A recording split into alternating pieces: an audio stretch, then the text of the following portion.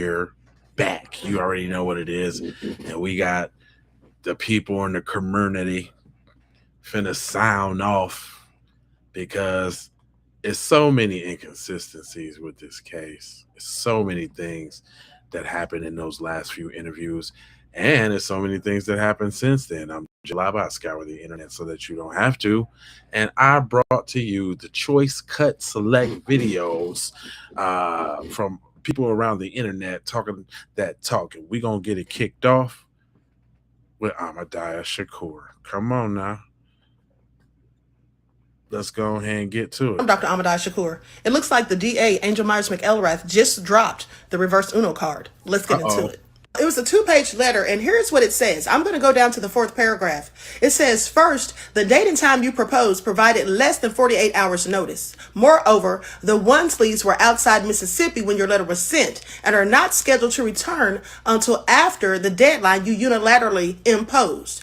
Okay, so please pay attention. Second, the parties never agreed to simply deliver the phone to your office. Instead, the agreement was that we would set a mutually agreeable date and time for the phone to be examined together by your office's forensic professionals, our forensic professionals, okay? And they even said possibly the FBI as well.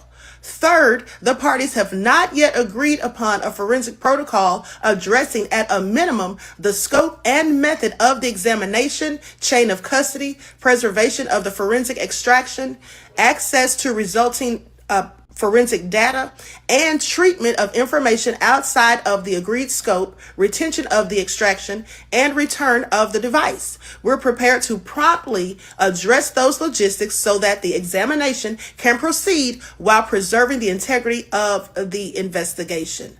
Okay, please pay attention. Now, this is what they sent because clearly Angel McElrath has, given them a notice. Basically, it sounds like an ultimatum, like drop the phone off or else. Just totally disregarding the previous contract that they made. Okay, and so please pay attention. And so this lawyer is not playing games. And then he further went on to let them know as a reminder, okay, in case they forgot, that in their July the 29th correspondence, that quite frankly, they agreed that they would allow Dr. Mitchell, okay, the other pathologist, that they would allow him access to the body parts that were missing so that he could also examine those as well, that being the throat and the lungs. Okay, please pay attention. Basically, just to let them know that this is what we already agreed to, so let's just stick to that. You want the phone? We're both going to go through the phone, both teams, just as agreed upon. And also, what about the throat and the lungs? Okay, you were supposed to give that to Dr. Mitchell. Okay, so I just have questions as to what's the holdup. Okay, please. Pay attention. Meanwhile, you have the naysayers out here going in on the Wonsleys, acting as though they just don't want to cooperate and don't want to give up the phone. Well, first of all, there's a trust factor, okay? I mean, if you come out immediately saying that there's no reason to suspect foul play, when you haven't even started your investigation, well, of course, I would have questions too. So that have been said, I'm sure that they just want to make sure that everything is done in the correct and proper manner. Okay, please pay attention. And then he ended with, and I'm not sure if this was shade being thrown or not, but he said, thank you for responding, okay, to the threats and intimidation that have been occurring with the Wonsleys family. Okay, we have been keeping notes on that and gathered evidence, and we'll be sending it to your office sometime in the near future. Okay, please pay attention. Honey, this attorney is standing on business. Right. Then lastly, he said, the family and legal team remain committed to a careful and thorough and complete investigation into the circumstances surrounding Nolan's death. Okay, please pay attention. So, at this point, it is not on the Wonsleys or their attorney. Okay, their attorney has done his due diligence and sent over the proper letters letting them know. And also, he said something about in the future, basically, and I'm paraphrasing, but basically in the future, there needs to be written agreements. Okay, because clearly they can't be trusted to keep up the oral agreements that have been made. Okay, please pay attention. Then for her to hit them with a 48-hour notice, knowing good and well they were not even in Mississippi at the time. I mean, because we all saw where they delivered the press conference. Okay, clearly they weren't in Mississippi. So make that make sense. All I'm saying is it doesn't seem like it's the Wonsleys who are not willing to cooperate. It seems like it's the other way around. Okay, please pay attention. Pay attention, please. If it's one thing you do, you got to pay attention. is what she said. Now, Sam said it was one thing he thought was real funny about that said interview with Jax. Secret Service Sam here with a Nolan Xavier Wells update, and I just can't help but in this clip of Jax over explaining himself. Wouldn't you think that you would have seen Nolan on the bottom of on the floor or something, or scrambling around, or everybody in a pot in a small space on the boat looking at him or something? I mean, it's just so crazy to think that. Why would we call CETO if we have a dead body on the boat? I mean, why would we call the Coast Guard? Why would we do the things we did if we know we killed somebody? And then another following up on that is, why aren't we in jail yet? I mean, we're not geniuses. There's no way we could have done a murder. I mean, there's no way we could have covered it up, especially out there with that many people. We couldn't have done this. And do you think we would have done this? Don't you think you would have seen a body or something on the floor of the boat? Which there is a video going around, which Officer Race Tatum put up, which people do think they see a hand popping out. I'm not so sure about this, but people are already speculating. And in the great words of my good man's Donnell Rawlings, say less. Because the more you explain something away, the more questions, in my opinion, it has people asking of why would he say something like this? And then is it me, or does it look like Warren and him are looking like, yo, shut up? What do you guys think? Let me know in the comments. Secret Service Sam out. Samson for president. That's right. Hey, look. So look, they already own the boat thing. The boat thing is already they own it. Everybody's on it. Major update already. Updating the Nolan Wells file. Do you see that? This is the Triton. You could fit a body up under there. This is Wyatt's brother in 2023. Just like she pointed out, you see how long the fish extend down this boat? And that's only half the photo. You remember that the boat had returned to the mainland hours earlier at 5:44 p.m. and the family was entirely unaware that Nolan was not on it until much later that night. So let's play with the idea that Warren Hudson and all his friends are telling the truth. After returning to the mainland and seeing that Nolan Wells' phone and keys was with y'all, they stated they called Katie to see if Nolan was with her or if Nolan hitched a ride with anyone else. So if allegedly they confirmed early in the day that Nolan Wells is with her, then why did they call Christine Wells at 11:07 saying that Nolan Wells is missing? Y'all were under the assumption that Nolan Wells was with Katie, right? So then that would have to mean it was before 11:07 that y'all knew Nolan Wells was missing. But then why would you think that he was missing unless you're hiding something? Kind of like allegedly a body in the bottom of the Triton. Not to mention, when Christine Wansley pulls up at the house, they're all inside the living room with the lights off watching TV. And you're telling me that your friend is missing and you're watching fucking TV? Not actively with all the lights on coming together at the living room table seeing, okay, where was Nolan Wells the last time? Okay, we saw him here. Put our phones together. Here's this photo, that photo. No.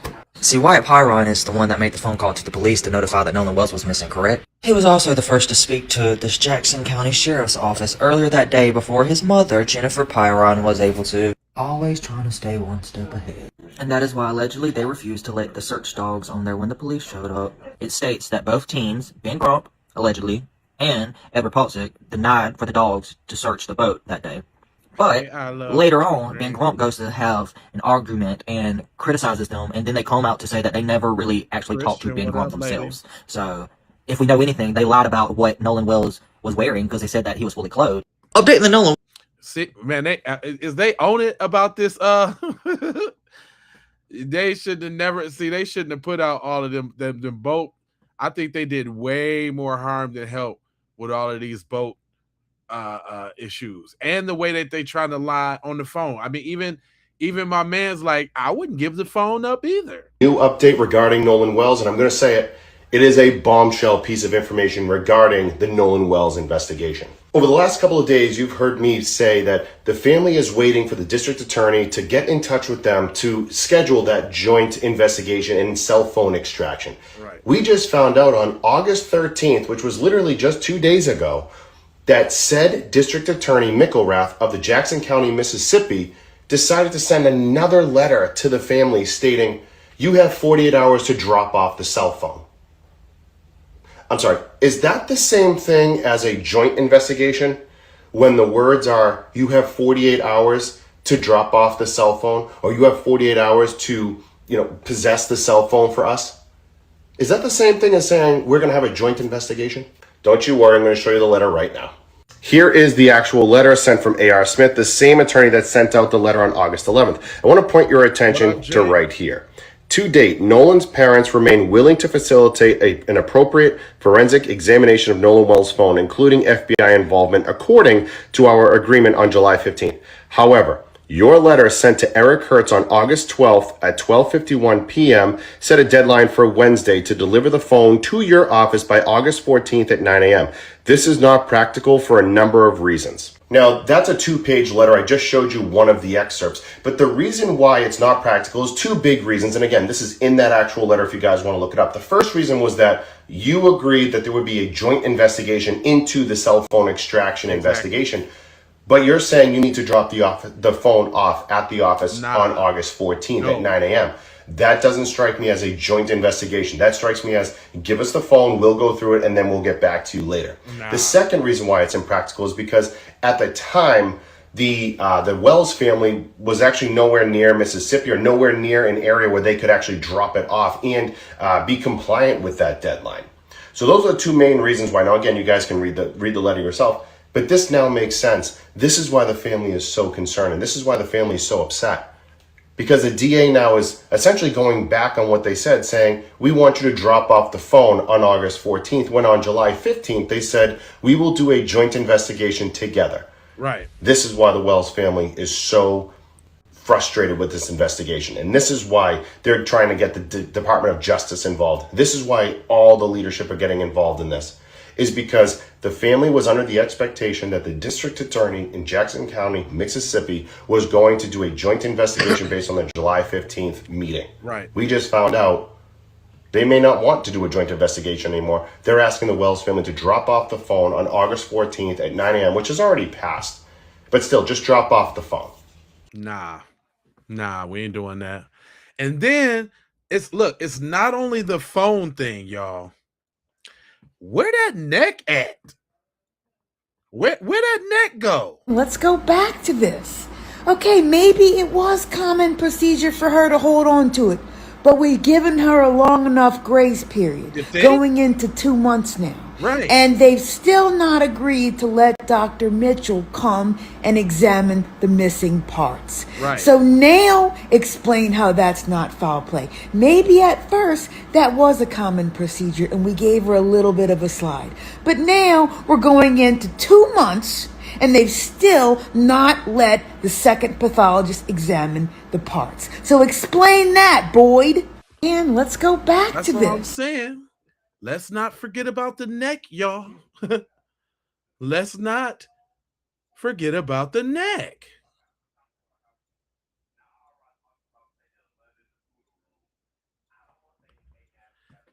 And with that being said, you wonder why you need to look at everything. Like, everybody has to be a suspect at this point.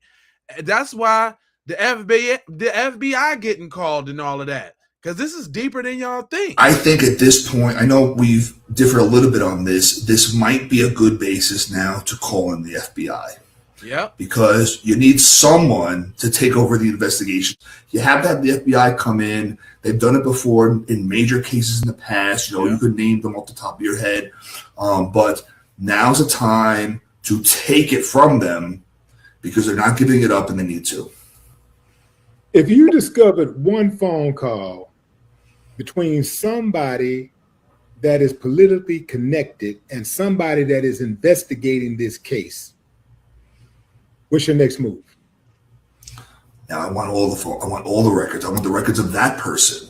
I follow the trail. If I have 2 people in a conversation, I want to know who those 2 people were talking to, independent of that. I want to trace it all the way back, not just to the beginning of this case, July 4th, but to before that. How deep do the ties go? Yeah. We're talking, the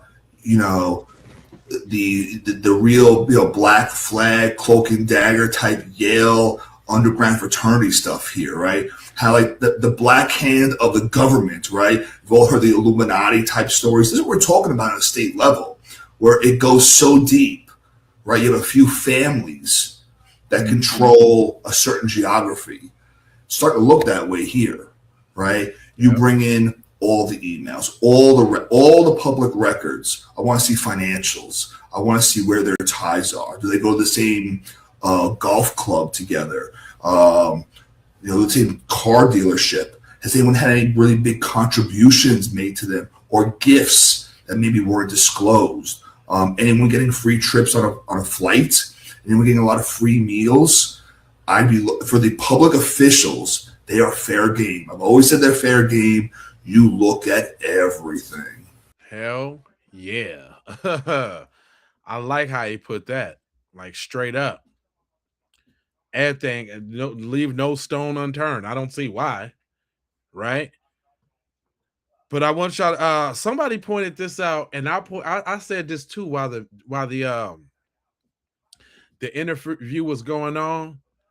Didn't we have that? Didn't we have that motive about Katie, right?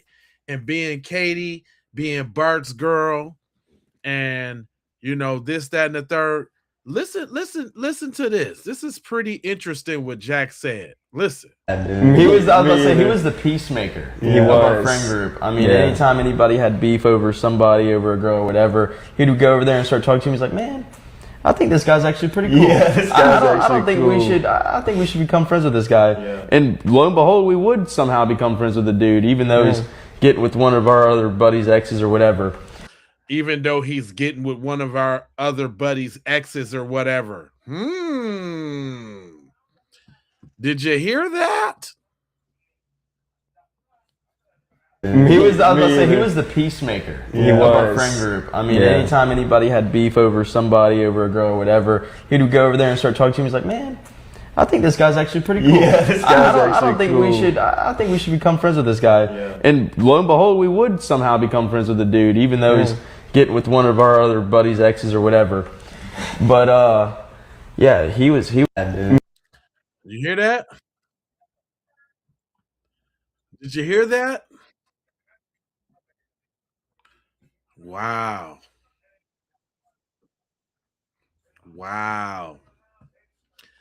I mean, where did that narrative come from?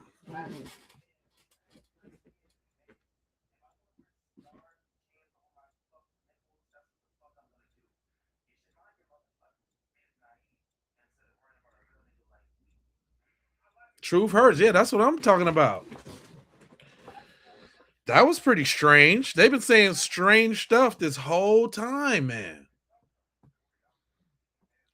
And the grand gaslight is so big, it's like, you bet not talk about all of this iffy stuff that we saying.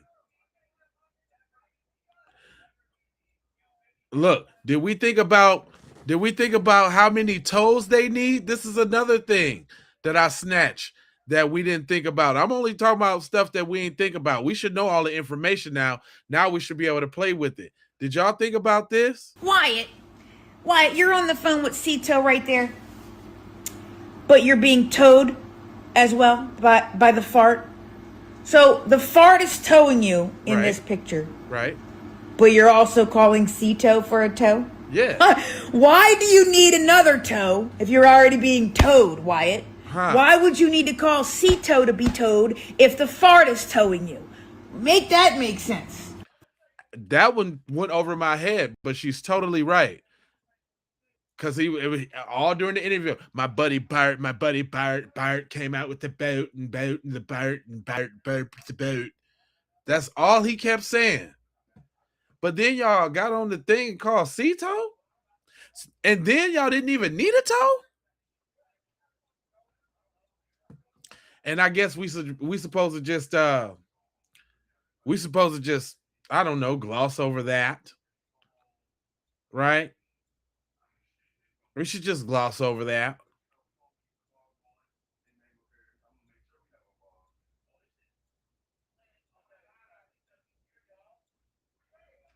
See, they out here slipping.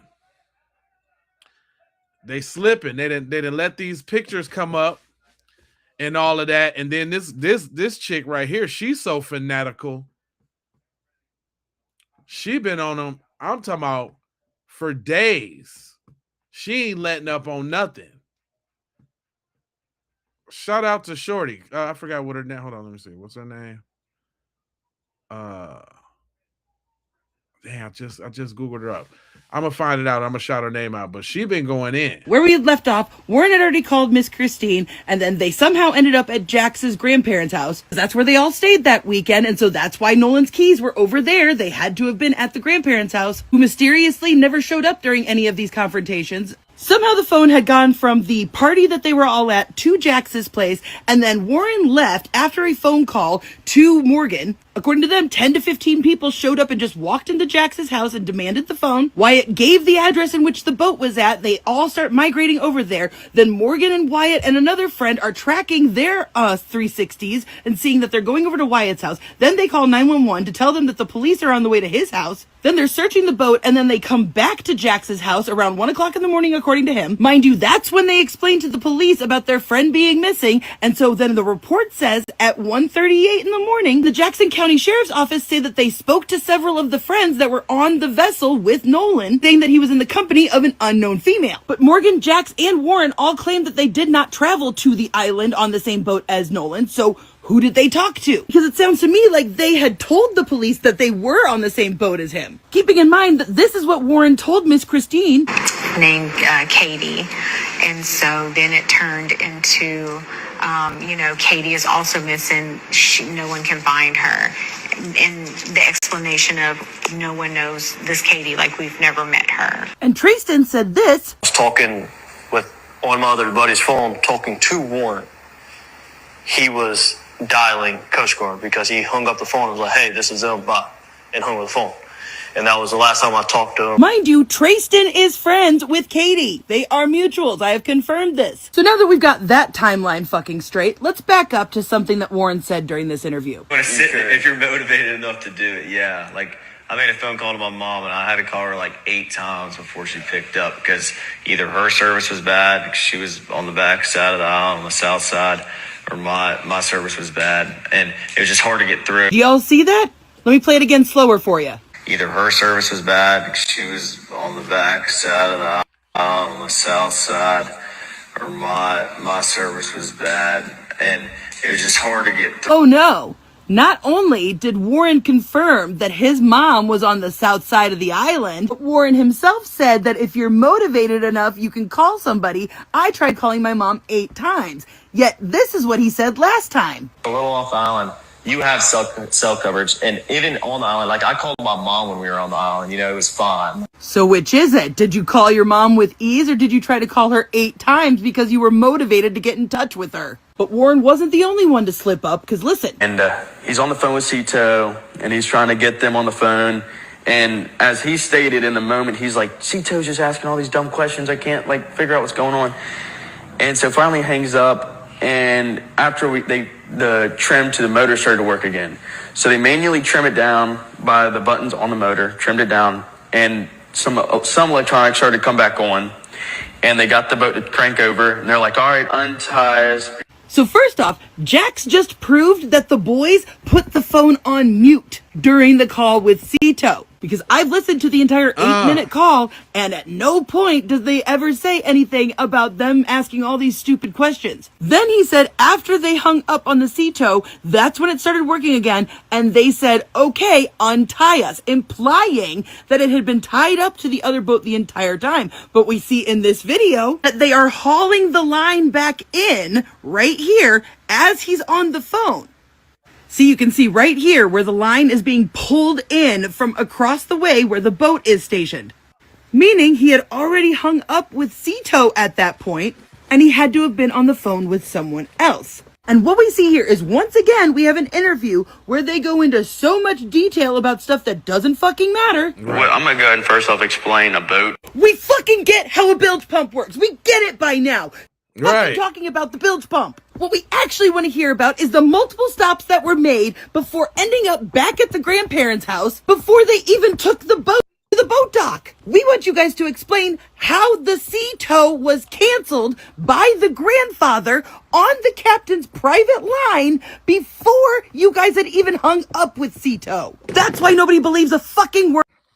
Dang, she cussed so much. That you are saying. Because I showed y'all yesterday how AI had clearly doctored these photos. If you missed it, look, silver pole.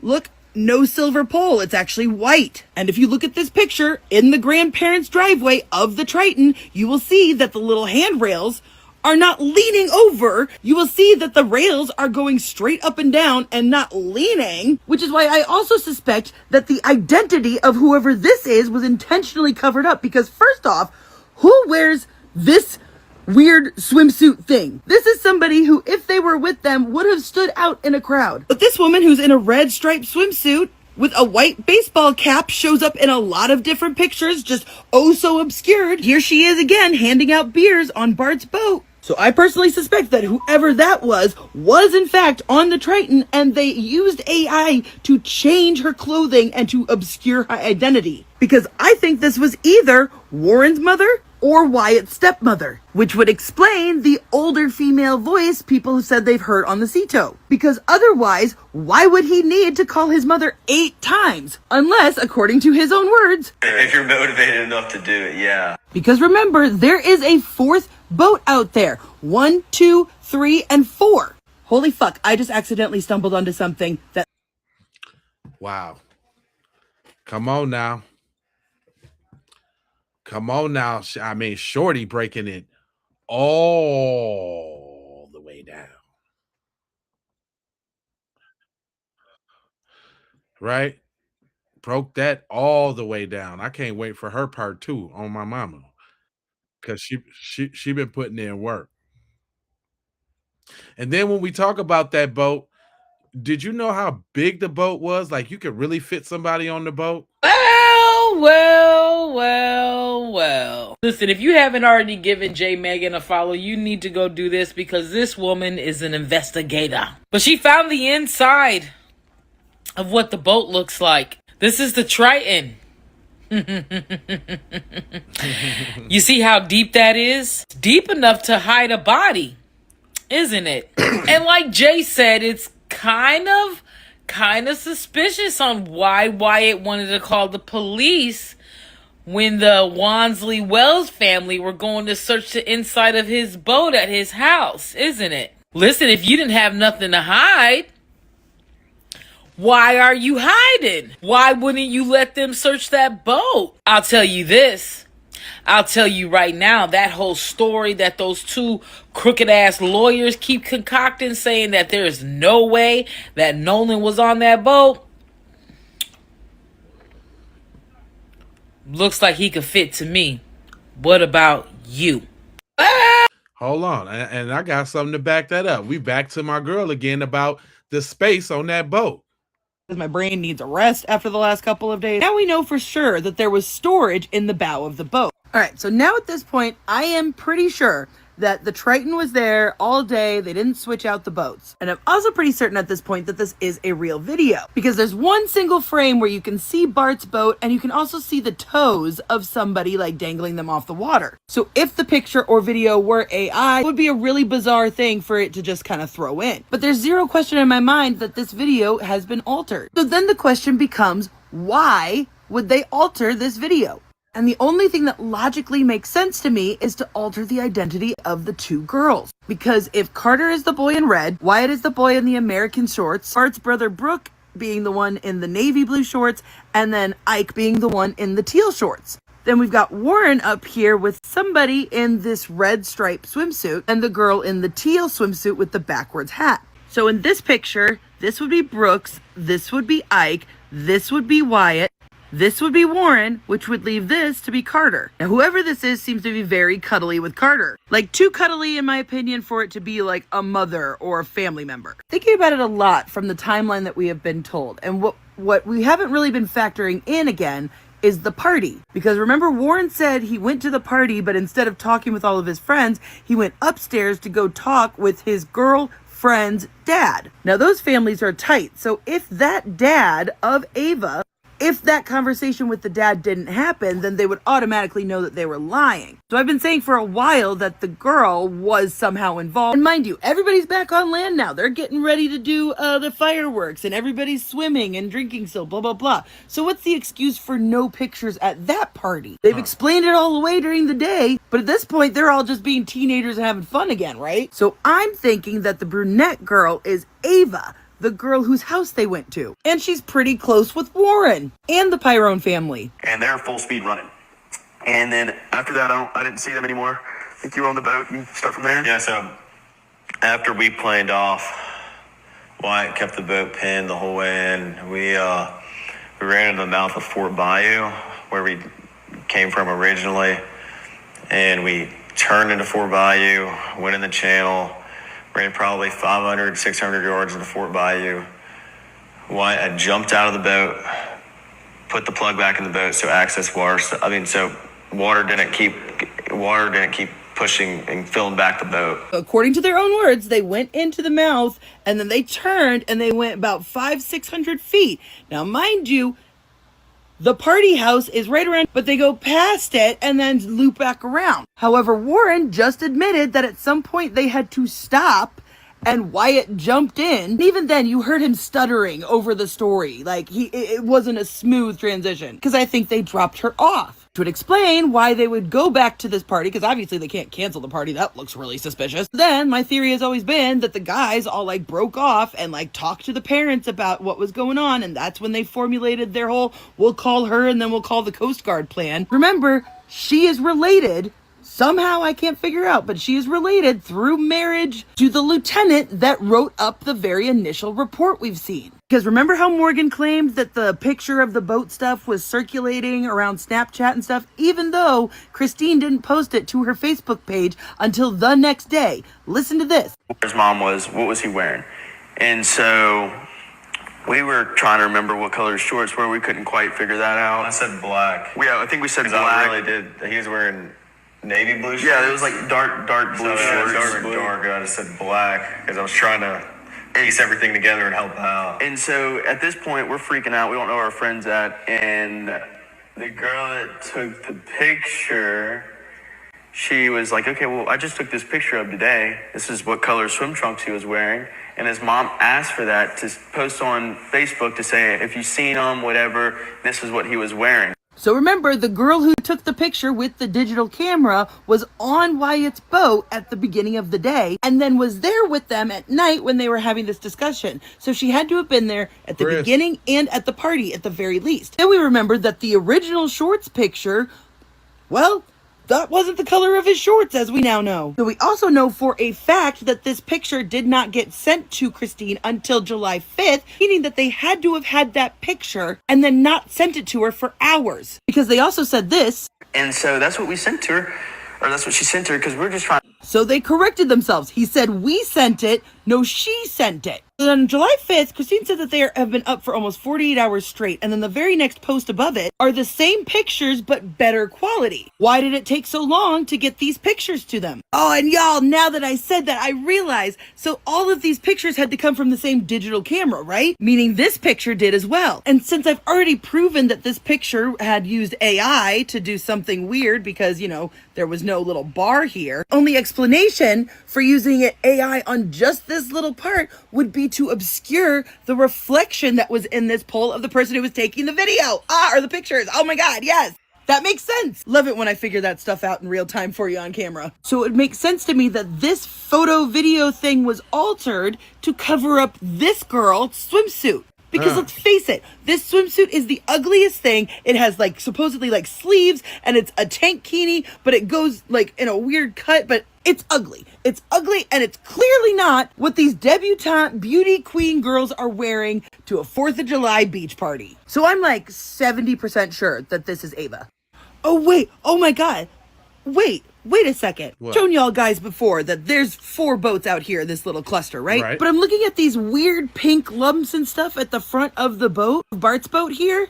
Is that a pile of life vests? Because I'm realizing there's not 20, 30 people on all of these boats. Like, I'm seeing 10, 12 people here tops. Let's not forget what a full house looks like on these boats. Because even in this video at the meetup place, there's not 20, 30 people getting ready to get on these boats. I mean, the boat left at 9:56 according to the GPS. We got like 7, 8 people here, like 6 people here. And also, if they were legitimately needing to be towed and they were trying to get the water to run off, why are they all spread out on the boat? Why are they on the boat in general? Why didn't they just get off on land or get on another boat? Trying to get the boat to tip up and go planing. Why do you have over half the boat on the front of the boat? These are experienced fucking fishermen. They know better than that. Yeah, I can't believe I've never thought of that before. If the boat was sinking, why are they even on the fucking boat? Yeah, and if it was so common and so easy to get, rides back with other people, strangers on Horn Island, why did they need to load everybody on the boat? Or were they yelling at Nolan to get on the boat? They didn't need to get him on the boat. And now that I'm looking at this, doesn't it look like Warren is on the phone? Could this have been when he was calling his mom 8 times? Also, one more thing that stuck out to me. We called law enforcement. I was with Wyatt at the time after we left Jax's house that night. I was with Wyatt, and one person we were with saw that their location was headed towards Wyatt's house. And so Wyatt got on the phone with 911 and was like, hey, these people are on the way to my house or already at my house.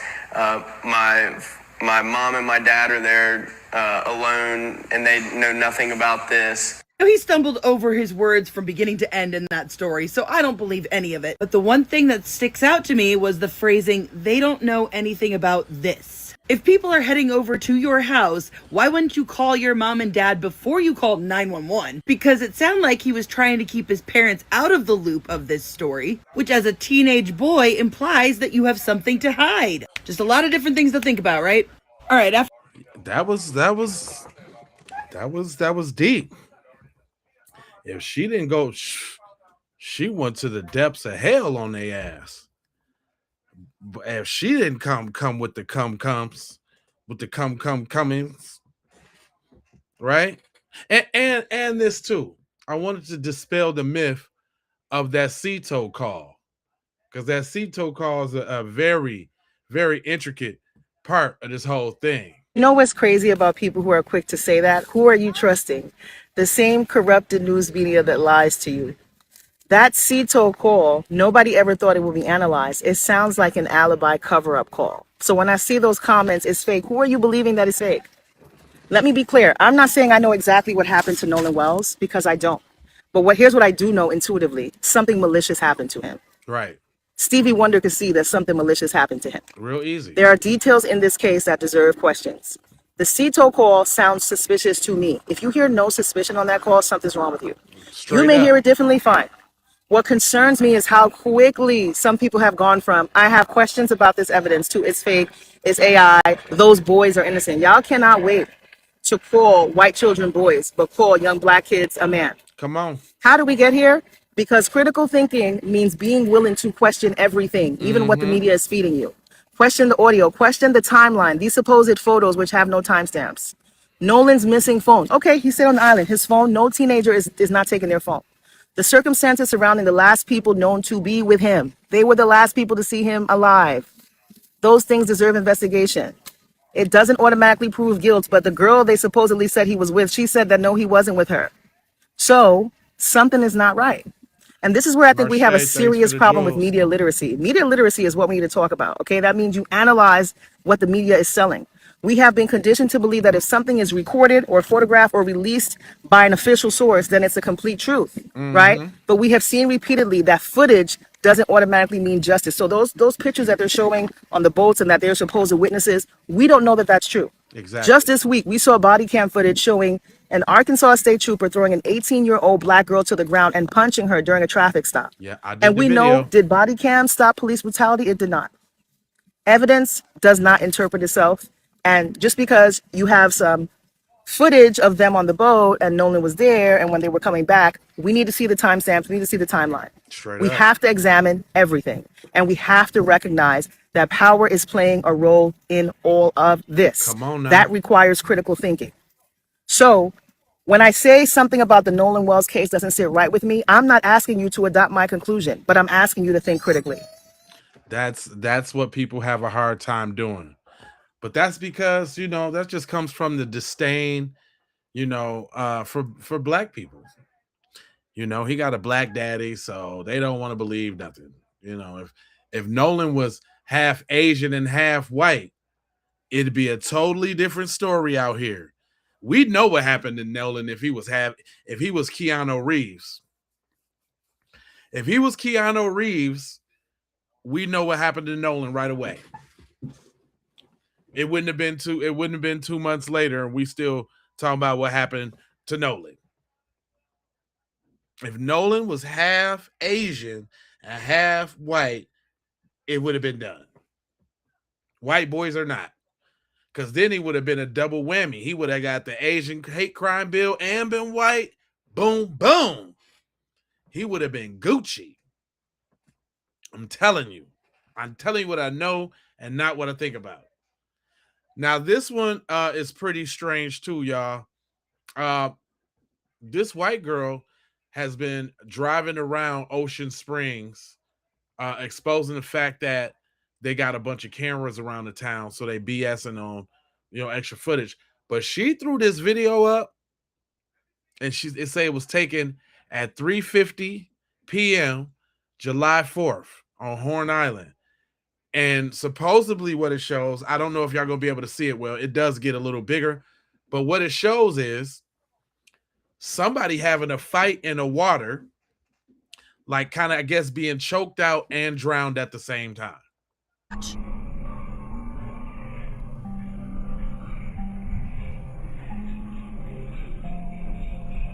So it's like a fight happening.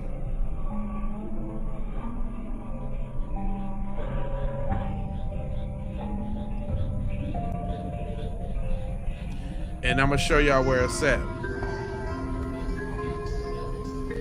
And I think they say this right here.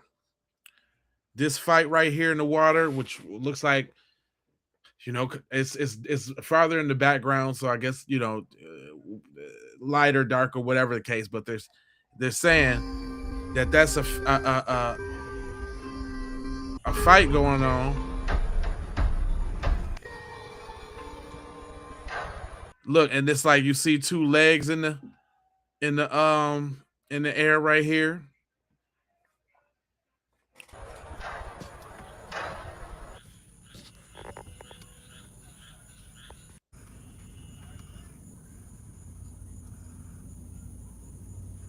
Oh. Now, when we think in terms of that choke with the thing on the back of the neck and the whoop whoop whoop, is he dead? Blah blah blah. Not saying that it is this what it is, but it's out there now, and this is as of today, and that's definitely a video on Horn Island. And like I knew from the beginning, man, you can't tell me it's all type of people out there and wasn't no phones, they ain't nobody seen nothing. It's starting to come out. That's what it is. I mean, you even got them folks asking simple questions. I believe that we should all have as concerned citizens in the United States of America surrounding the Nolan Wells investigation and case. One, what teenage boy decides to stay on an island 10 miles off the coast of Mississippi without his phone, without his wallet, without any guaranteed ride back to the mainland? The argument was made that phones were put up in dry storage.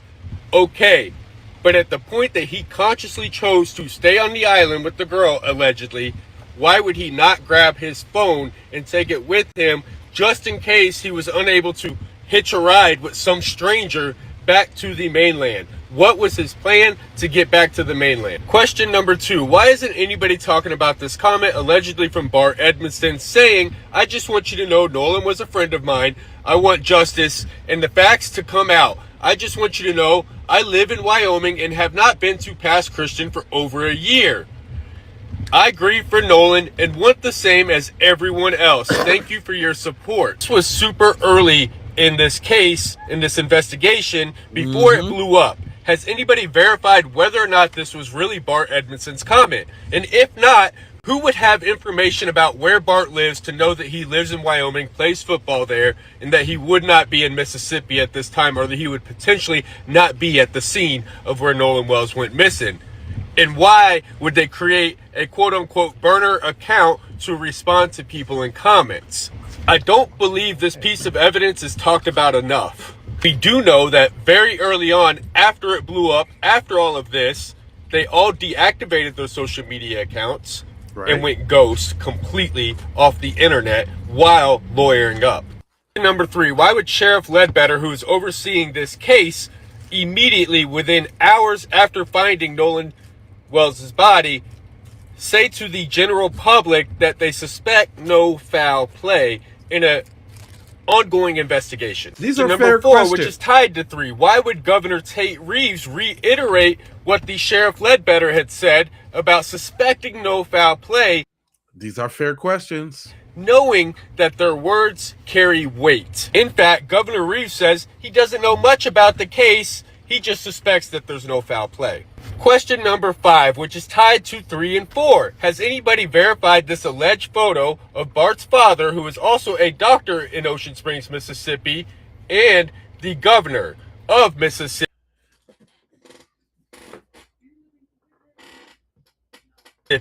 who said early on they suspected no foul play? 6, has anybody connected Elizabeth Edmiston to Governor Tate Reeves as being appointed on the Board of Health for the state of Mississippi? Which leads me to question number 7. Why won't they do an independent and joint investigation of Nolan Wells' phones with the forensic evidence?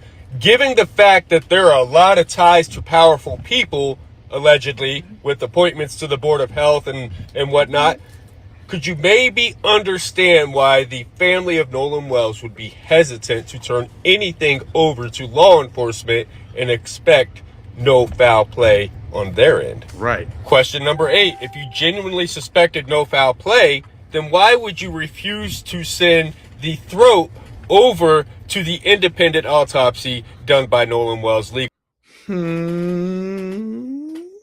team? Question number 9. If you genuinely believe that Nolan Wells stayed back on an island with a girl, and then you go on to say that you thought that maybe he would have been asleep on the couch or something, then why would you call the Coast Guard at 11 p.m. on July 4th to report him missing or suspect that something was wrong? These is good questions. I'm just saying, I'm gonna stop him when he wrong, but my man is broiling. He might got a little butter in the water. Nah, I'm gonna give him some salt and pepper. That boy got butter, salt, and pepper in the water, broiling that thing. In the interview with Brandon Tatum, you initially thought that the search party was overreacting because you assumed Nolan had just crashed on someone's couch. But also, why would you call the Coast Guard then if they were overreacting? Like, which one is it? Question number 10. Allegedly, the phone call to Cito was made around 4 o'clock. When giving coordinates to the Cito operator, Vicky, she specifically asked, after hearing the coordinates, are you on Horn Island? Like, directly on Horn Island, she was asking. Yep. And you said no, you were sinking and you were not aground, but you were off of the island. Well, why does the GPS data from the boat say that you left Horn Island at 4:31 p.m.? What exactly was going on during that time that we could hear in the background of Wyatt being distracted with the commotion while also trying to have a conversation with the Cito operator? Question number 11. Why and how did the Cito get canceled? You were on the phone with Cito when she transferred over to the captain of Cito. He had already spoken to the grandfather who said to cancel it, that you didn't need it. So there were two things going on at the same time here. Well, really three if you count the commotion in the background. Yeah. Question number 12. Why did somebody scream, "Oh my God," and "Damn it, Bart"? Are you telling us that we did not hear "Damn it, Bart"? Damn it, Bart.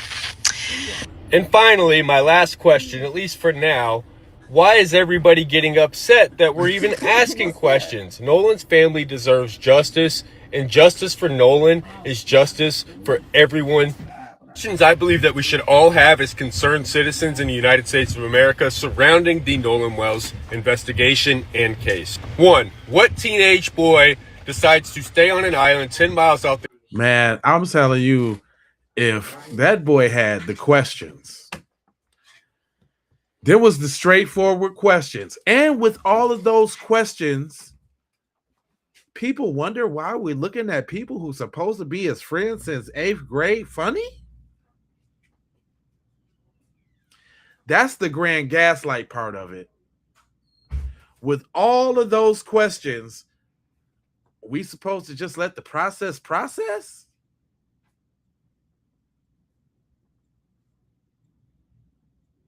Nah, I don't think so. Hey, look, they even got TMZ backpedaling. Backpedaling. Because what do you mean Charles gonna get up there and talk about how this looks a little odd, this looks a little suspicious, why are you doing these interviews if you're innocent? After most of the coverage that TMZ has done on the Nolan Wells case has in fact been in the favor of believing that these boys have done nothing wrong. Oh, excuse me, these grown-ass men. I refuse to infantilize them. It seems like they've realized that the public opinion is in fact correct because of the secondary interview they did with Officer Tap Dance. And now to try to give themselves some sort of credibility because people are not trusting them, especially their reporting on this situation, it seems a little weird. And the word on the street is after Charles made this comment on TMZ is that he's taking a few days off, or he's been told to take a few days off. Baby, I don't know. That's just the hoopla going on in the comment section. But what I do find weird is that it took y'all this secondary interview before y'all realized that something was off. It took y'all that long to realize something was not adding up. Right. Because a lot of us saw it from jump. But we got told we were playing the race card, that we were reaching. Maybe he's had his come to Jesus moment. I don't know. But in the same way that we knew Chris Watts was guilty when he did that interview on the news saying, I just want them home. If somebody has them, I just want them back. It's the same way we know that these boys know a lot more than they're letting on. It does not take a rocket scientist or a goddamn police investigator, past interrogator, body language analysis expert to see that. Baby, I'm just some random bitch that likes to watch true crime all the time. And I can tell these motherfuckers lying. So I just find it weird. The switch up is weird. Y'all don't find the switch up weird? I think it's weird. You know, when Warren sat down with the guy, I know we don't have to say his name, I was like, okay, this one kid and his mom is a judge and maybe he wants to sort of clear his name. But now every week, another friend sits down, and now they've got this lawyer and they're sitting down and doing interviews. It's weird to me. And what's really, it's not just weird. Yeah, there are people who are going to say things on the internet. Why does that rise to the level of you need an attorney to now sit down and do interviews, to publicize yourself, to try and change the court of public opinion? Why do you care about a court of public opinion? Because you didn't do anything. And ultimately, if you didn't do anything, that's all going to come out when the results of the autopsy come out, when the investigation comes out. Like, this attorney has probably convinced them, yes, do this and talk about this and it'll change public opinion. But what it really does, some people will look at it and go like, well, what are you getting out in front of? If you didn't do anything, there's nothing to get out in front of. So in some ways, it can backfire on you. It's just weird to me. And then you also run the risk of what did happen is that one of these kids sits down and blasts Nolan's mom and says that she was wrong to put out that photo. It's not going to play well in the public for you, man. That you're attacking the mother of your best friend, who you're so distraught about losing him, yet you're doing an interview where you're attacking his mom. That's right. It's just stupid. Not TMZ backpedaling. Because what do you mean Charles Well, I'm get up saying there and talk about how that alone right this there. looks a little odd, this looks Hold up, I forgot even that point. The point that TMZ made that we all skipping over. If that was your boy you grew up school with, shot dice with, get nice with, you ain't up there disrespecting his mom. She don't know me. And she don't know me, then she don't know nothing about her son then, because she should know me. I done dropped him off a whole bunch of times. He done got in my car a whole bunch of times. She don't know me. What you mean, Christine? You don't know me? You know what I'm saying? Like, come on, bro. Like, come on down, little Charlie Brown.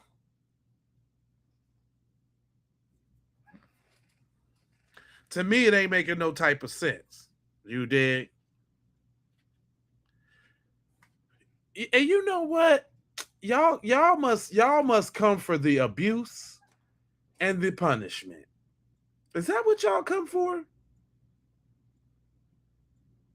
Let me get this knowledge out real quick, and then I got some videos for y'all. But did y'all know that Brandon Tatum and the lawyers was working together? Did you know that? Behavior from Officer Tatum. See, Tatum has been lying to everyone, right? Anyone with an ear to listen, he's quick to tell you that people have a problem with what he's been doing in this Nolan Wells situation because he's not taking sides, right? Because he's being objective and just telling the truth. No, the problem is people have realized that Tatum has been compromised from day one. And there was really no way to prove it until now. When it comes to majority black community, some of the celebrities, D.L. Hughley and others, they absolutely they think I'm Satan, and they think that my mama, who's you actually are Satan. And real quick though, just really off the subject, I would like to prove that because I did indeed. And maybe he saw my reel, y'all. Maybe Officer Tatum saw my reel, but I definitely, indeed, I did call him a demon, devil, Satan. This is it ain't no other way. Yes, he's a demon. Officer Race Tatum is a demon. I just wanted to make sure we was clear on that. black, just because I decided to interview people who asked me to interview them. And I don't know how people have conflated what I have done in this interview or in this process, but they have. And this is not abnormal. When you are black in America and you don't toe the line of where, quote unquote, the black community wants you to, then you're deemed an uncle. No, it's not. If you go to every one of Tatum's videos, if you look on your right, there's a bourbon called Verdict. At the very top left is sponsored by Verdict. Now, Verdict bourbon is the key here to discovering how compromised Tatum is. Verdict bourbon is actually created and owned by Brandon Tatum, which is Officer Tatum. See, when you look in the background of the attorney Tyler Cox, when you look into his background, a lot of you guys have already seen it, but you recognize something very familiar. The item in the background that the red arrow is pointing to, that's the Verdict bourbon bottle, right? That's the liquor that's owned by Officer Tatum, right? The attorney has it strategically placed right there when he goes on his press run to give business to Officer Tatum. Now, I ask you this, people. Can Tatum still be out here giving opinions as an unbiased, neutral party? If the lawyers for the boys is promoting Tatum's Verdict bourbon on his press tour, they're doing business, whether it's directly or indirectly. This is business. And I feel like Tatum should have disclosed this. This is just evil, man. Y'all let me know in the comments. Yeah, I just, I just wanted to make sure that y'all knew how it was going down. They all compromised. Yep. Your boy Tatum, the hot devil. Look, they all compromised. All the devils. Devil Warren is compromised. Right? His mammy, little Ashley Cole, she's definitely a devil. That's just a demonized devil. Bart, we ain't forgot about you, Bart. Damn it, Bart. Little devil Bart. Look, we ain't forgot about hold on, we got Tatum. We got my handsome self. Yeah, that's me. We got Tristan the devil. Don't forget about Tristan the devil. Tristan, whatever his name is, he a devil. Don't forget about the DA. Don't forget about her. Trying to hold on to that autopsy. Don't forget about Tate Reeves. You know, the one that we just saw is all buddy and charmy with the family. Don't forget about Tate Reeves, little devil self. Don't forget about the medical examiner, little Mark Levine. Don't forget about the coroner. Ask cuz where that throat at, cuz. Where that throat? Don't forget about Sheriff Ledworser. We cannot. And I won't go through this without it, but we can't forget about Sheriff Ledworser. Mr. No Foul Play Ledworser. Yep. Then don't forget about the Dweeb friends doing that interview. We got Dweeb, Morgan Seymour. Then we got Dweeb, Jax Pentalio, the dweebist. We got Bad Suit Wyatt. Y'all notice Wyatt been in the cut. Y'all notice Wyatt ain't said nothing. So, you know, which leads me to believe that person that they said was getting into an argument. Was it Wyatt's little brother? Huh? Was that Wyatt's little brother choking, slamming somebody in the water? Huh? Who was that? And was that we know, and we ain't heard from Eric either. Eric was in the picture with Nolan. Eric was definitely on the boat. We ain't heard from him, so we ain't heard from Wyatt, and we ain't heard from Eric, huh? And then there's Katie. But you know, Katie been caught in a lie, right? Hold on now. And Katie been caught in the lie. Oh yeah, we ain't forgot about Katie. Oh no. Nah, we ain't forgot about sis, the devil miss sis. Yeah, this is how you supposed to use AI right here, buddy. This is how you supposed to use it. Y'all get them likes up and go ahead and subscribe. Hit that bell for notifications, because this is how we do on the Keep It P side of the game. Shout out to the 5150. But hold on. Katie was caught up in a lie. Shout out to my girl Tani. Tani broke the whole thing down about the Katie lie. Hold on, she broke the whole thing down. A new update in the Nolan Wells case. In this video, we are deconstructing what we call the Katie lie. Nolan's mom has come out and spoken.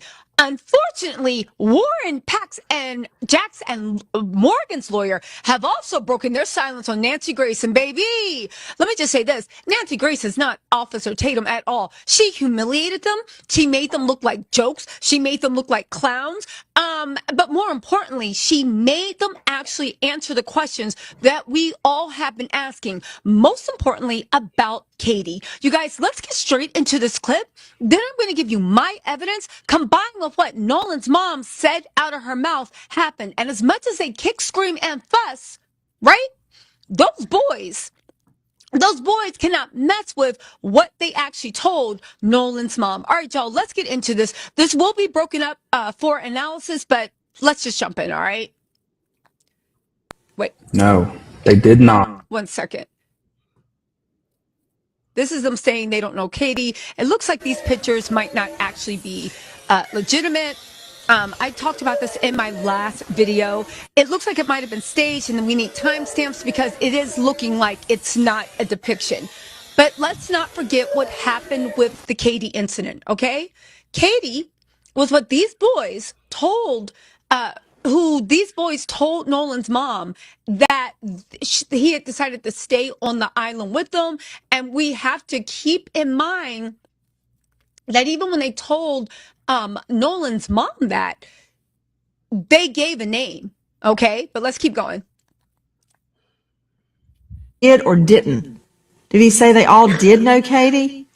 No, they did not. They didn't know Katie. All right, and they determined who she was.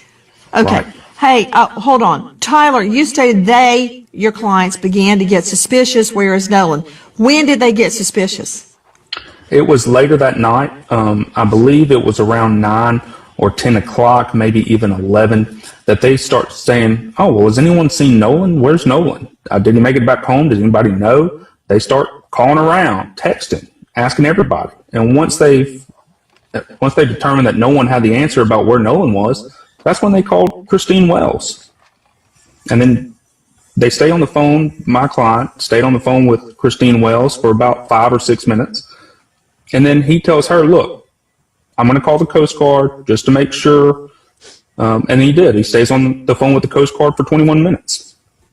Okay. Ed Pulsick, also. We have to pause right there. What did Nolan's mom said happened? Nolan's mom said, Warren, first of all, she said that she was the one blowing up Nolan's phone. Okay. At 10:48 p.m. was the last time they called Nolan. Why? Because the mom and the aunt were worried about Nolan because Nolan checked in a lot. All right. I have a video where we actually have an interview where she's saying this.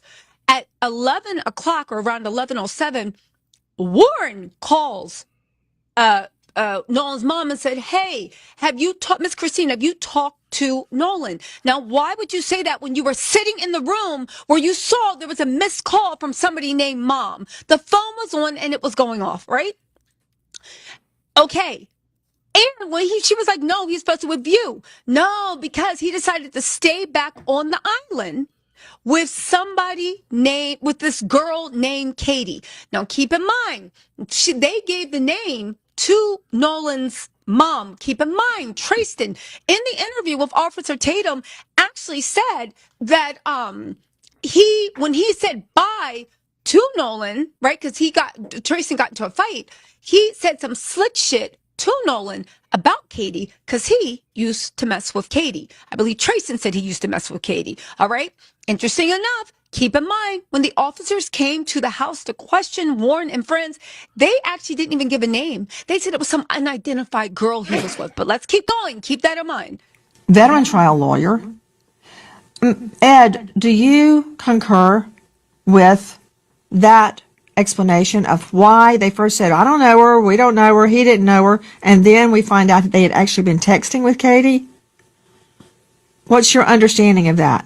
Again, I had my favorite trial judge, Luther Alverson, would tell every jury, "It is your duty to make all witnesses speak the truth." What does that mean? To reconcile the different seemingly conflicting stories to make everyone be telling the truth and impugn perjury on no one. So maybe there's an explanation for this. Why do they say, "We don't know her," and then they're texting her? So they did know her. That characterization, they didn't say that. There's no contradiction. I can just tell you this. They didn't know her. Nolan was with her much of the day. And he was still on the island when they left. He apparently spent much of the day with this young lady. That seems to be what happened. But no, there was this young lady was not part of their friend group. That's right. Okay, so when they say they didn't know her, but yet they were texting her, they did know her name. Well, I don't know if I agree with that characterization. Yeah, the well, premise, enlighten me. I want to know. is flawed. Yeah, the premise is flawed. She's not part of their friend group. They don't know her. You hear me? Sorry. Now, let's be real about this with the whole Katie thing. One, let's talk about the elephant in the room. These boys and their representatives have been trashing Nolan's mom since this thing started. On Officer Tatum, on many different interviews, on that. How they've been trashing? Nolan's mom came out and said, "We don't know Tristan," right? Nolan's mama came out and said, "Well, we don't know half these boys that say they're Nolan's friends." Yes, they know Wyatt, right? Yes, they know of Warren, but they don't know him. And they've been trashed as, "Oh, you're lying. You know us. You know us. You know us." But somehow you give a name for Katie. You don't. You give a name to Nolan's mom named Katie. Now, the funny thing is, you don't know that Nolan's mom and the family actually know Katie. And there's an article in Daily Mail where they gave quotes. Nolan's aunt is a deputy sheriff in Jackson County. She spoke out on behalf of the family, and the family said, "Fine, that we know Katie and that we've seen Katie at multiple family functions." Now, again, I don't know if they know, those guys, how close Katie and Nolan actually were. But the whole point is, right? When they gave Katie's name, I think they thought that was going to go to a dead end with the mom. Katie who, right? I don't think they knew that Katie had been hanging out with Nolan on the low. But two, once it got escalated, okay, and the mother called the Coast Guard. And in my live, I'll talk about the way she said the Coast Guard and the police kind of gave her the runaround. We still don't know what was said in Warren's 20-minute phone call, because how are you on the phone for 20 minutes and a search didn't go out? Oh, that's right, because you guys told them there's no need to worry. You think he's just drunk on somebody's couch, because that's so like Nolan to be drunk on somebody's couch. Right. Right? But When the police came in, they're like, yo, we need real answers. They said it was an unidentified woman, and they actually gave the woman, when they said, well, are you sure? They're like, well, there's what? Maybe it was Leanne or Laney or something like that. Started with an L. And they're like, yeah, and they gave information. So the MDR went and knocked on her door, and they were like, yo, you stayed on the island with Nolan. Is he here? We're looking for you, looking for him. And the girl was like, no, what are you talking about? I know who Nolan is, but I have not talked to him or seen him in over a year. Let's not forget they all graduated about the year before. And she said, I never even went to Home Island. I was on a different island, Petite. This is a small group, a small crew. Not only did you say that you don't know who Katie was, right? But you say you don't know who Katie is, but you are actively leading the police astray. And you had a name, but you said unidentified female. But more importantly, right? One could argue that you were trying to buy time. You were wasting time. One could argue that at the very least it was cold, callous, and flippant, and you did not take this seriously. And taking it seriously, if Nolan did die of natural causes, that could have been the difference between life and death. We don't know because we don't have the autopsy because they're taking everything away. But I do find it odd. I do find it funny. I do find it hypocritical, but I do find it telling that these boys are now sitting here telling us they knew who Katie was, telling us they were texting with Katie. So you didn't know who this girl was, but you could get the phone back and you're texting her saying, yo, where's Nolan? And she's like, what? He left with you. What are you talking about?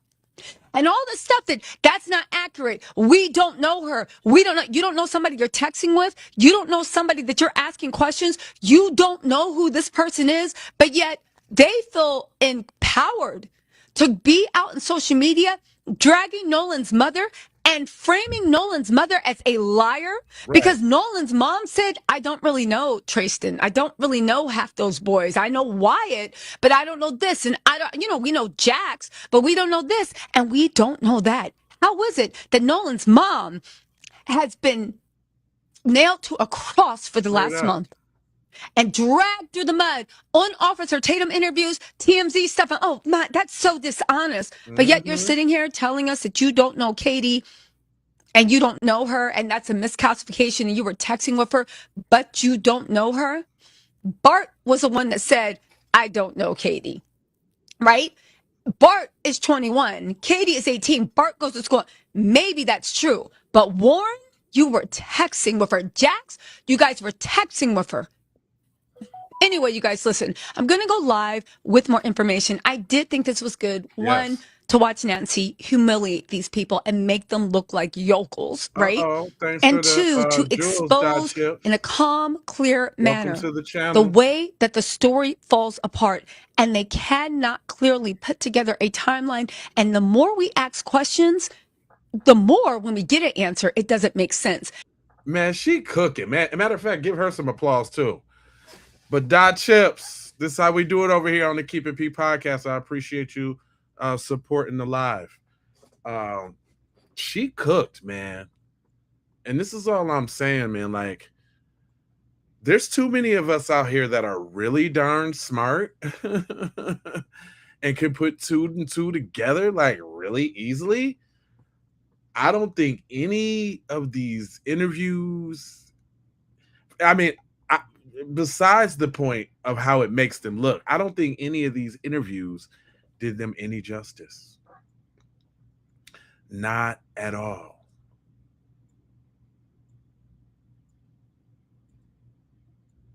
Because I can play them lying. I could definitely play them lying about the Katie part. But like OG say, this didn't do them no good. Go ahead, OG. That this interview with Brandon Tatum was a nightmare. It was a bad mistake on their part, but we're glad that they were talking. Yes. A camera that's not a phone. Yeah. Now, how did that get to you guys, and how did that ended up getting to the internet? So whenever we first realized that Nolan didn't, I'm not gonna say he didn't. When we first realized we don't know where Nolan's at, the first thing we were trying to figure out, or his mom was, what was he wearing? And so We were trying to remember what color his shorts were. We couldn't quite figure that out. I said black. Yeah, I think we said 'Cause black. I really did. He was wearing navy blue shorts. Yeah, it was like dark blue shorts. Dark. I just said black because I was trying to piece everything together and help out. And so at this point, we're freaking out. We don't know where our friend's at. And the girl that took the picture, she was like, okay, well, I just took this picture of today. This is what color swim trunks he was wearing. And his mom asked for that to post on Facebook to say, if you've seen him, whatever, this is what he was wearing. And so that's what we sent to her, or that's what she sent to her, because we were just trying to help. You know, we weren't trying to cover up anything. We wanted to know where our friend was just as bad as everybody else does. I mean, that was our boy. We want to know worse than everybody else does. And so that's how that picture came about. In fact, if they want to do another interview, do another interview. Really, though? You could be Realistically, you could. You could if you want to sit. could. If you're motivated enough to do it, yeah. Like I made a phone call to my mom, and I had to call her like 8 times before she picked up because either her service was bad, 'cause she was on the back side of the aisle on the south side, or my service was bad, and it was just hard to get through. But like if I went and posted a video on Snapchat, like honestly, I don't think it would like either post or send to somebody. I think, I sent my buddy where we were at, a buddy of mine. I was like, hey, come meet us. And I sent him a video and he was like, dude, I couldn't get a hold of you all day. There was a lot of things revealed in that interview. In fact, there was a point where they were laughing during the interview. Mm-hmm. It wasn't when they were saying they were recanting how good of a friend Nolan was. I honestly believed them when they said that he was a really good friend. I honestly believed them. That's one thing where they were actually telling the truth. In my opinion, in that interview, when they were saying Nolan was the life of he was always the one to break up fights. I believe that, but Nolan was too good for them. And the only mistake he made was hanging around the wrong people. And it literally cost him his life. That's why I really believe that. Not saying that it's his fault. Nope. Is that in life, we all have these challenges that we meet in life. Mm-hmm. We do. Mm-hmm. And like I said, his friends just listening to them. A camera that's not a phone. Yeah. Now, how did that get to you guys, and how did that ended up getting to the internet? So whenever we first realized that Nolan didn't, I'm not gonna say he didn't. When we first realized we don't know where Nolan's at, the first thing we were trying to figure out, or his mom, was what was he wearing. And so we were trying to remember what color his shorts were. We couldn't quite figure that out. I said black. Yeah, I think we said 'Cause black. I really did. He was wearing navy blue shorts. Yeah, it was like dark blue shorts. Dark. I just said black because I was trying to piece everything together and help out. And so at this point, we're freaking out. We don't know where our friend's at. And the girl that took the picture, she was like, okay, well, I just took this picture of today. This is what color swim trunks he was wearing. And his mom asked for that to post on Facebook to say, if you've seen him, whatever, this is what he was wearing. And so that's what we sent to her, or that's what she sent to her, because we were just trying to help. You know, we weren't trying to cover up anything. We wanted to know where our friend was just as bad as everybody else does. I mean, that was our boy. We want to know worse than everybody else does. Just listening to them is, I just shake my head on it. Straight up. And a lot of people don't get it. Like, you just have to keep listening to them. And I just think that is so wild that they're pushing this thing that they're saying, they want to end racism and all this stuff. Well, they're the one pushing it. They're pushing the racism. And then you'll get it. They're going to say they were telling the truth and stuff like that. This was the ultimate form of gaslighting that I have ever seen. It's the ultimate form. Even from the host, it was at one point where they were calling her, Nolan's mother, Miss Christine. He was like, Christine. That's very disrespectful. And he just had someone on just recently, and the guy was trying to educate him on something. He didn't want to hear it. And then Nancy Grace had to tell him, where did you get your JD from, your Juris Doctorate from? Obviously, he's not an attorney. And she said that, lie detector tests are permissible in court. And he was saying, no, that's not the case. She was like, if two parties agree on it, and then ultimately the judge has to approve, you can't admit that into court. Usually it rarely happens. But something like that, and she had to check him on that. She had to check him a few times because he thought he was ready for her the second time, but she had to check him, you know, and he will let somebody like Nancy check him. But if it's somebody that looked like us, he tried to gaslight. We just saw the video. We just saw the interview on my last live, fam. You're not lying.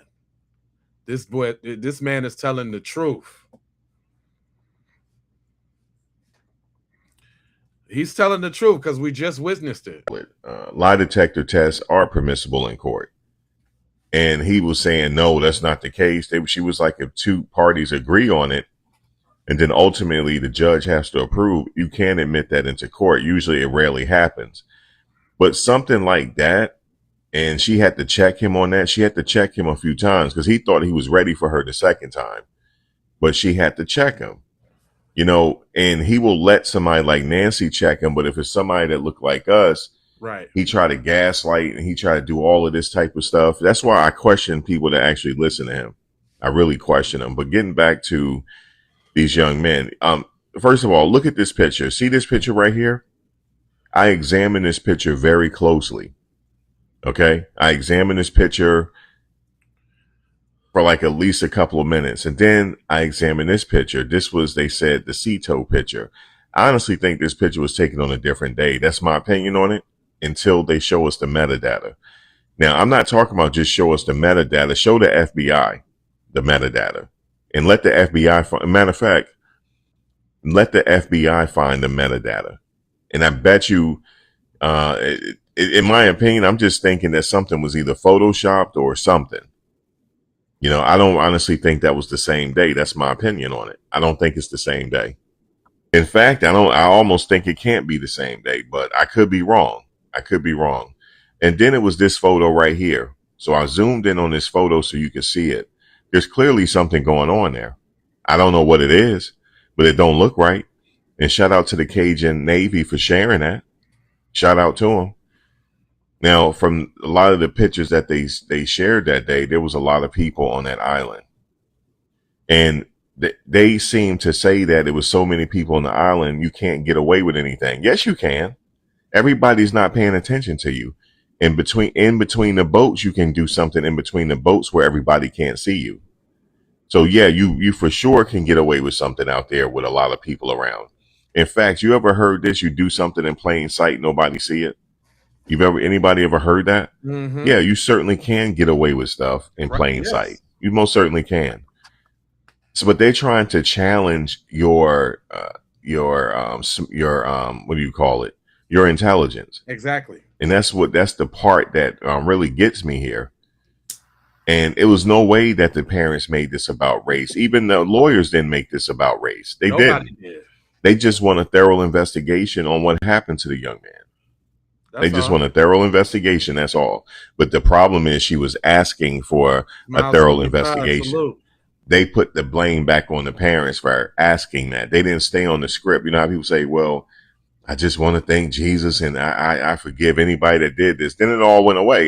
She want a thorough investigation. Exactly. Okay. We want a thorough investigation. We want you to treat this how you would treat your kids. That's simply all they were saying. But they tried to flip it around. And this guy, Brandon, he came along. You can't tell me he wasn't sent. Mm-hmm. But the problem is they thought that this interview would make them look good. It did not make them look good. It made them look terrible. At all. It made them look absolutely terrible. And at all. There's a lot of more in that interview I can point out to you. I've been doing it There's all day. There's a few other things they said, you know what I'm saying, that I could point out. I've been doing it all day. But it's too easy. It's too easy to continue to point this out all day. But it almost feels like somebody's trying to cover their tracks. I have to say it like that. Some people say, well, of course, Max, they were. I can't say it like that because I wasn't there and I don't know for a fact. I think that's the case. I have to think that. Somebody left a comment saying that, no, well, it's really, I can't report like that. I can't. I'm not going to sit up here and slander somebody and I wasn't there. But if I have some knowledge that I know is true, yeah, I'm gonna say beyond reasonable doubt, this is what it is. Right. But I don't know who did this. But somebody did this to him. Right. Somebody did. Right. I just don't know who yet. Yeah. But it will be revealed in there's a couple people of interest right now that I think probably more than likely did it, for sure.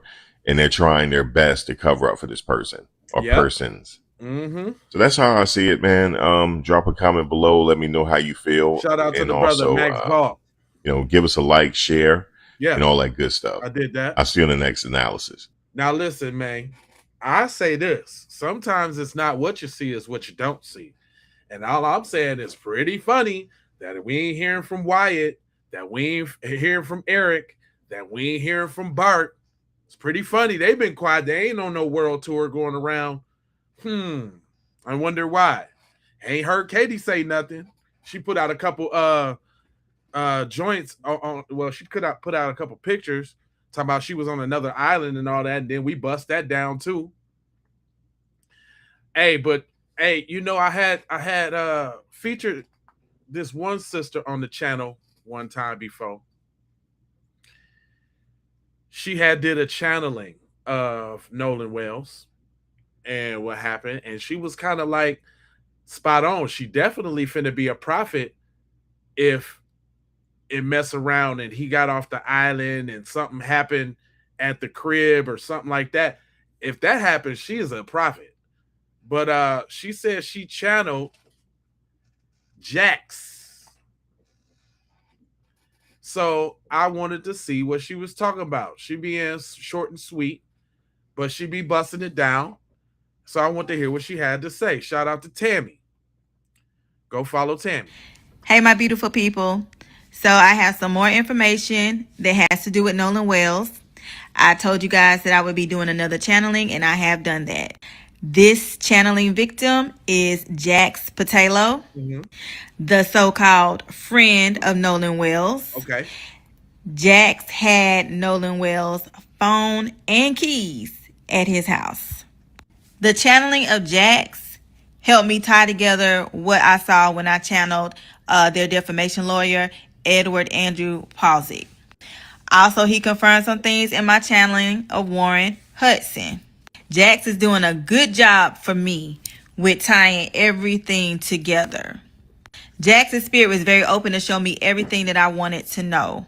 My particular question when I went to Jax's spirit, I said, tell me, show me what y'all did to Nolan Wells.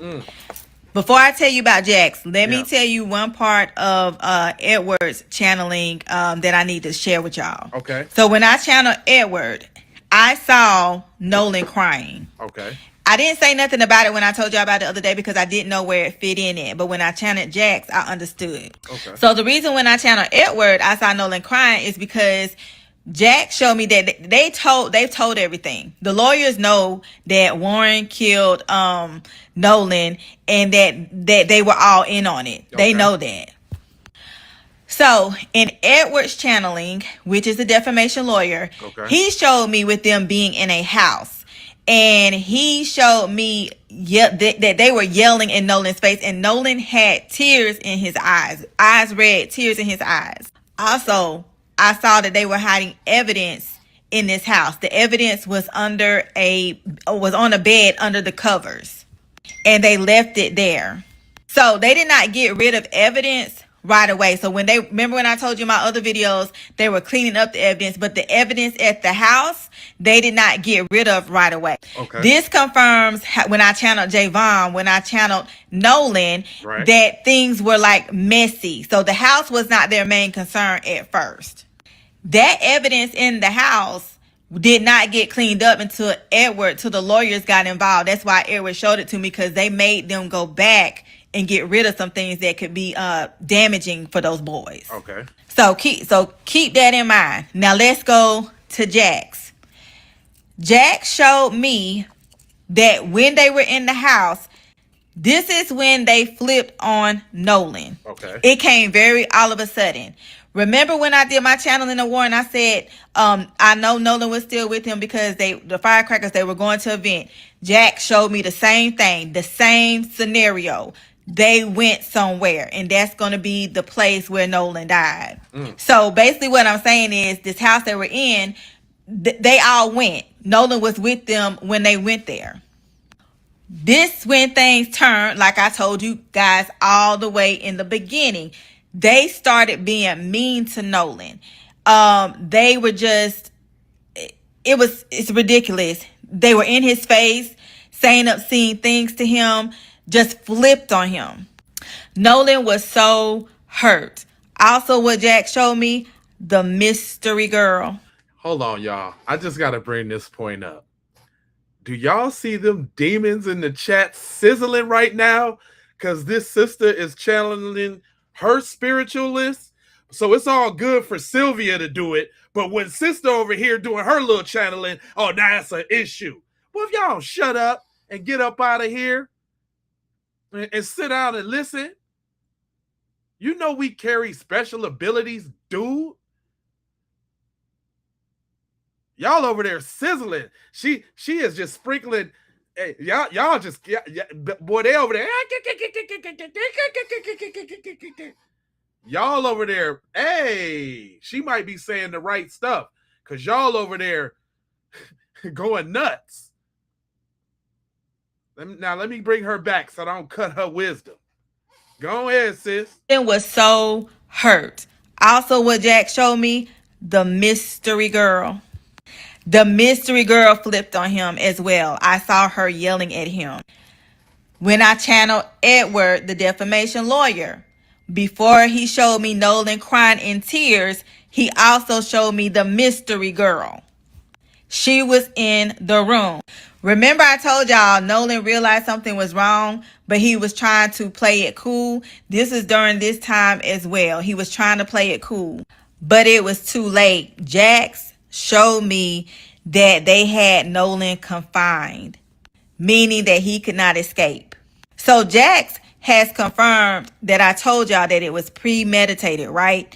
I told y'all that they kept his phone and keys for a reason so he could never leave. When he got to the house, they made it so he could never leave. I told y'all that they beat him up. And this shows the arguing and in his face and hurting him and all that kind of stuff like that.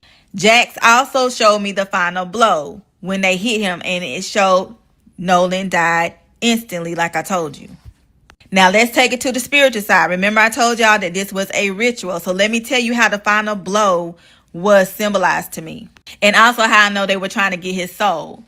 So there was an entity that had a long bony arm and all these bumps on it. It had Nolan by the arm. Nolan could not escape from the entity. So they had already conjured up this entity, this energy around his killing already. I saw it. Is that kind of like you messing with the big homie Bart's girl and he's gonna get you? Or he gonna send the little homie to put you in the arm joint and choke you out in the water or something? I don't know. This is kind of crazy. I saw the thing that had hold of him that was waiting to get his soul. It had hold of Nolan, waiting to get his soul after Nolan got hit when he died instantly. That is why when I first channeled Nolan, he was up in that room because it had him captive. Remember I told y'all that, but Nolan is free from that, so don't worry about that. All of them have been an open book, but Jax is the one that has put all the pieces together with everything that I've been channeling. The mystery girl. This explains why when I channeled Katie, it took me to Judge Ashley Cole.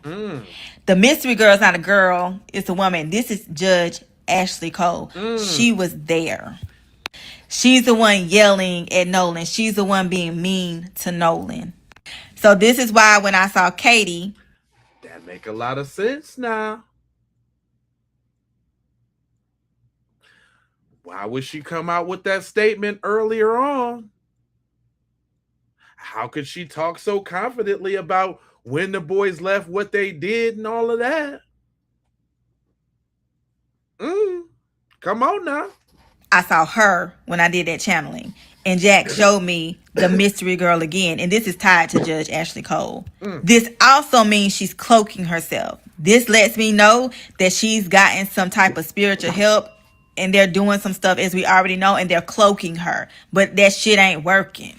That's why y'all going around trying to figure out who is this girl, who is this girl. It's the judge, Judge Ashley Cole. The first one I seen the first time. So y'all can stop looking for this girl It's Judge. It's the Judge Ashley Cole. Y'all can stop looking for her. So put in the comment. Man, y'all ain't gonna sit up here and what? Man. All I'm saying. And don't give me that crap. If y'all can sit up and watch Montel Williams and be biting your nails when the white lady Sylvia be saying, get out of here. And then like, okay, man, whatever. Shout out to the sister. She was cooking. Come on now. I ain't trying to hear you. You know what, sis? Oh, you know what? I forgot about y'all. You know how like when you get in trouble at school and your mom and dad tell you like you finna get in trouble and you're gonna get a whooping, and then you go all day and you don't get the whooping, and then right before you finna get into bed, you get your ass whooped. Y'all need y'all ass whooped. Y'all need a spanking. Yep, that's what you need. Let's do a little education, y'all. Since y'all over here in my space, all over here in our circumference, let's do a little deep dive into dichotomy of how y'all born and bred to be dweebs that talk so much trash in the chat. Let's do that. Two Florida middle school students, 14-year-old Julian Davis and 13-year-old Charles Williams, were taken into custody after authorities were tipped off that they were planning an armed robbery. And that's not the most disturbing part. One of the most disturbing parts are the things that they found in these children's homes. Now, this is where it get deep, y'all. Let me bring it back for y'all that was typing and you ain't really hear what she said. Listen. Two Florida middle school students, 14-year-old Julian. Middle school, 14. Two Florida middle school students, 14-year-old Julian Davis and 13-year-old Charles Williams, were taken into custody after authorities were tipped off that they were planning an armed robbery. And that's not the most disturbing part. One of the most disturbing parts are the things that they found in these children's homes. They found homemade guns. They found materials promoting white supremacy, such as drawings, the Great Replacement Theory, symbols, you name it. Is this what y'all learning at the crib? Is this what y'all learning at the crib? Is this why y'all such a nuisance? Huh? Since the age of Dr. Seuss, y'all been on the noose. Is that what it is? Huh? This when you talk about thugs, when you talk about Chicago, is this what it is? Where the fathers at in the homes in your community is what I want to know. Huh? Is it the single motherhood? I don't know. But what I do know is we need somebody in y'all community to speak out. It's getting out of control. Where's Post Malone when you need him? Anybody seen Eminem? Huh? Anybody get a hold of Jack Harlow? Where is the leaders in the community to address this scourge on the community? What are y'all raising here? They 14 years old. They should be riding skateboards, doing white people stuff. Look, let me tell y'all, that's why we got the scourge in the chat that we got right now. Because these is the less fortunate YT people, y'all. Take a look at them. All they can do is chat. That's all they got. Because if they was real YT people in the chat, they'd be out doing YT stuff right now. Hot air ballooning, whitewater rafting, camping. dirt biking, skiing,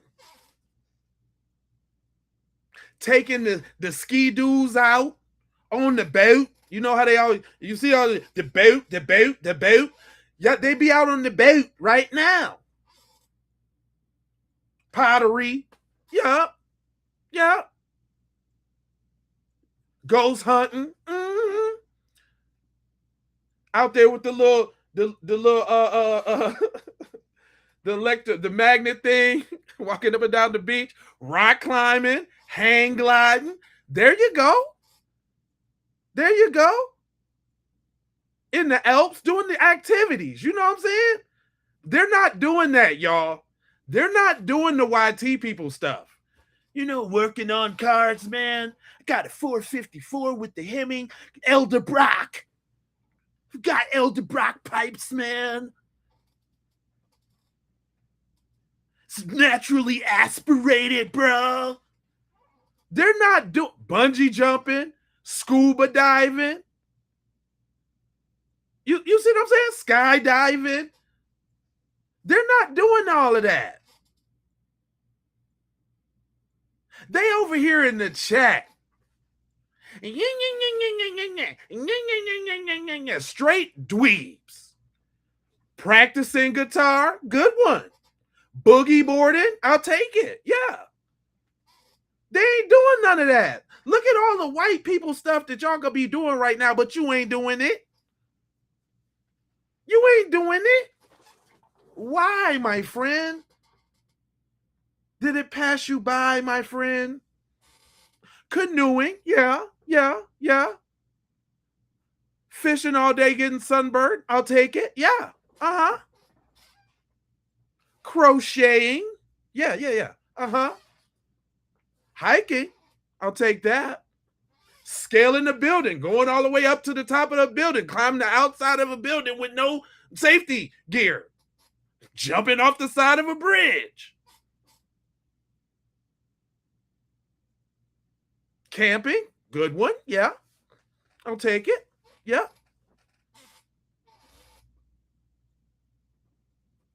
Chasing Bigfoot.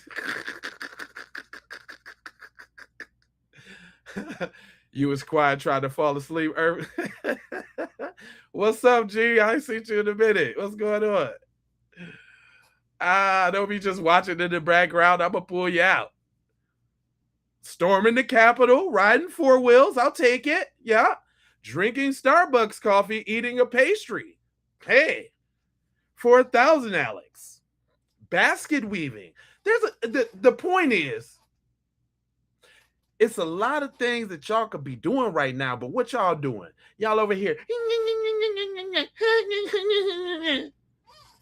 Y'all showing how much. But listen, y'all, for all the new people here, let's not beat up on them so bad, okay? It is the yin and the yang, okay?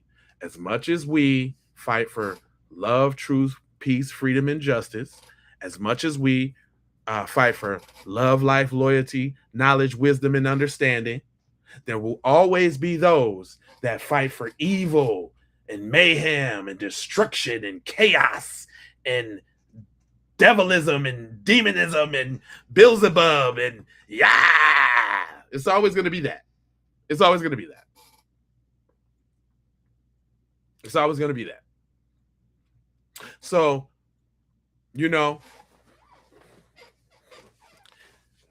just Cub Scouts. Messing with people. I'll take that one too. Oh my God. Sourdough bed baking. Yeah. See how we know how, you know what I'm saying? I ain't tell none of them to do that. You see that? That's that telepathy right there. As soon as I start talking about something, look what everybody start doing. Y'all see how we move? Y'all see that? We do it so unconsciously too, right? We do it unconsciously. And we feed off each other. We're trillions of miles away from each other, and we're connected through a delay. And somehow we are able to mentally connect with each other, and we ain't even saying words. We just typing it out.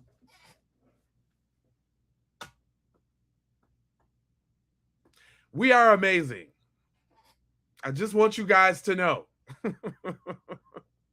Because if we wasn't, do y'all think that they would be over here? They would not. If this was a lame spot, fam, what reason would they have? And guess what? The real tee the real tee it's not even me, it's y'all. It's not even me.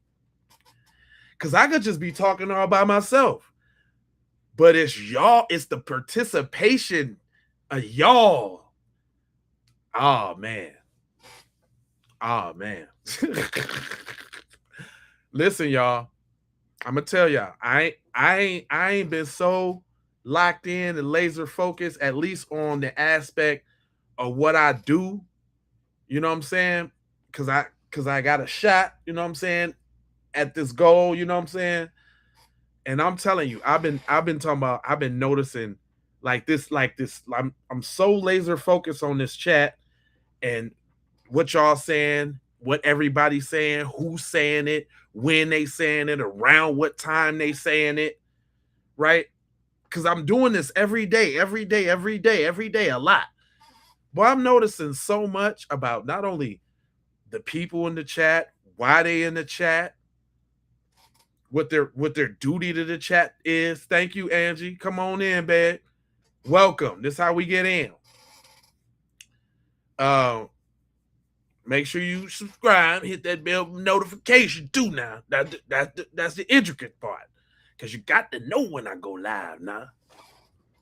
But anyway, I've been noticing a lot, man. And I've been noticing worker shifts. I didn't notice people who subscribe because they actually really, really like what I'm talking about, but it be making them feel some type of way. So they you got to do that. I understand. I understand y'all side. I do. That's why, as long as y'all don't put no big long paragraphs and spam the comments with the same thing over and over, you ain't got to leave. Nope. I want you to get all of this and all the glory. You understand what I'm saying? Get all of this and all the glory. Not only me, but the lovely peoples. Give yourselves a hand. I mean, one of the littest chats in the land. You know what I'm talking about?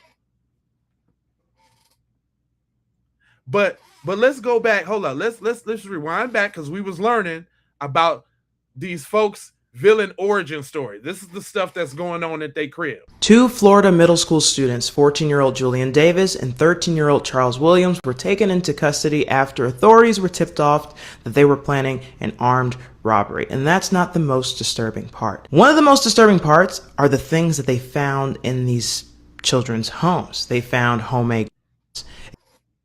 They found materials promoting white supremacy, such as drawings, the Great Replacement Theory, these symbols, you name it. It was there. And some people are quick to blame the media and the internet for things like this happening, but it's not that simple. Nope. There are conversations being had at dinner tables within families that we're not hearing about that clearly influence children to be so hateful. These boys didn't just wake up and get on the internet and suddenly get influenced. These are probably things that were being said around them. The conversations may not have been as extreme. They could have been subtle, but they still were likely racist conversations. Yeah. And these are the results. You get extremist. They don't just happen because of the internet. I hate when people want to blame things on the internet. People are teaching their kids to be hateful. And again, this is the result.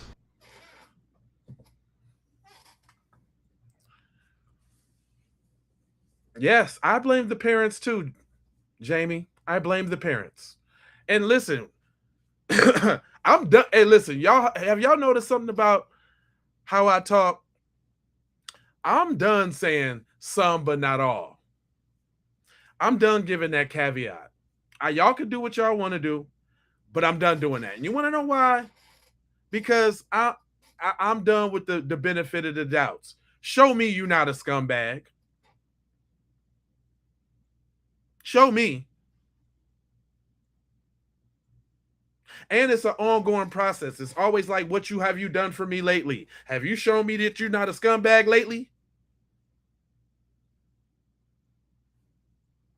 Come on now. It's time out for the goof. We ain't doing the goof troop. I will have none of that.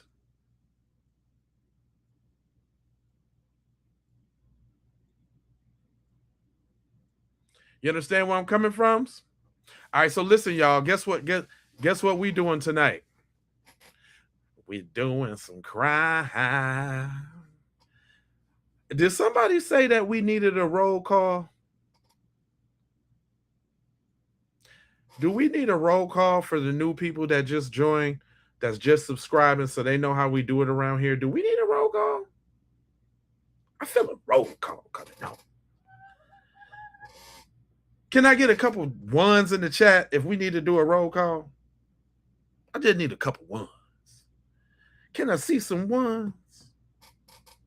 Let me see what I see here. Can I see some ones? Because I think we need a roll call. Yes? Oh, shucky now. And somebody say yes. I sees a 1, 2 1s, 3 1s. It sounds like a roll call to me. So listen, y'all, if this is your first time here, to get the evil spirits out the chat, I play the music. You say the city, state, country, Providence, neighborhood, I don't know where you're from, and we finna walk it out. Come on, y'all. Y'all know what time it is. Where y'all at? Come on.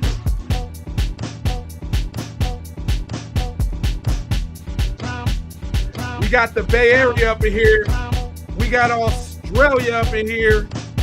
We got Alabama in this joke. We got the Wales, UK.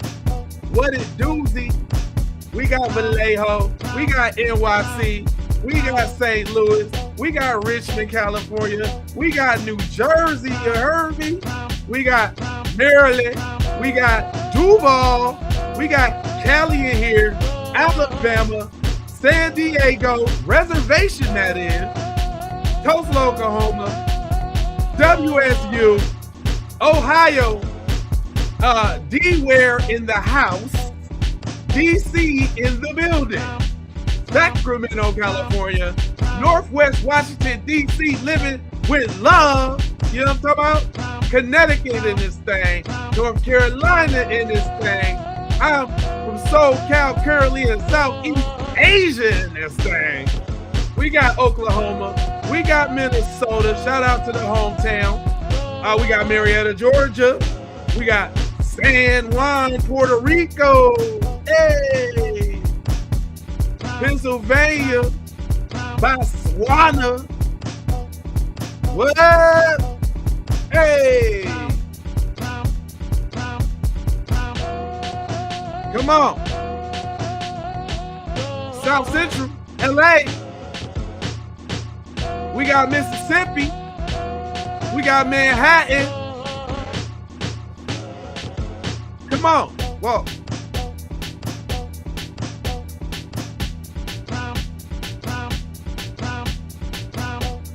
Come on, where y'all at?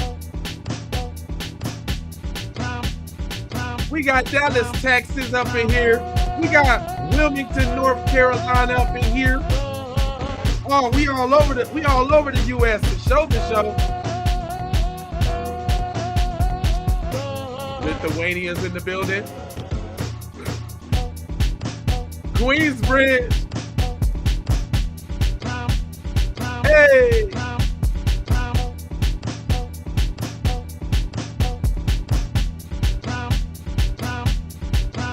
Philly.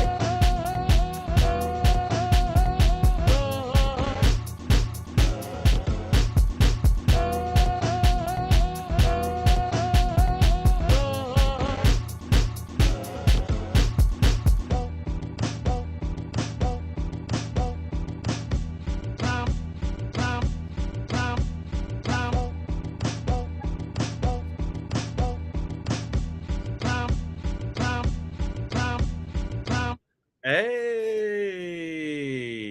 So if you still here, I know you like the channel now. I know I get a subscribe about you right now. It's over, look, what, 500 people up in here still left over across all the channels. Shout out to Jay Lava's channel. Shout out to Keep It P Podcast. Shout out to Keep It P Podcast Raw. St. Louis, Missouri up in the building. Ocean Springs, Mississippi up in here still. You know what I'm talking about? Oh, we got the Puma Indian Reservation in Dago. Hey, justice for Nolan Wells. I see you. Yes, yes, yes.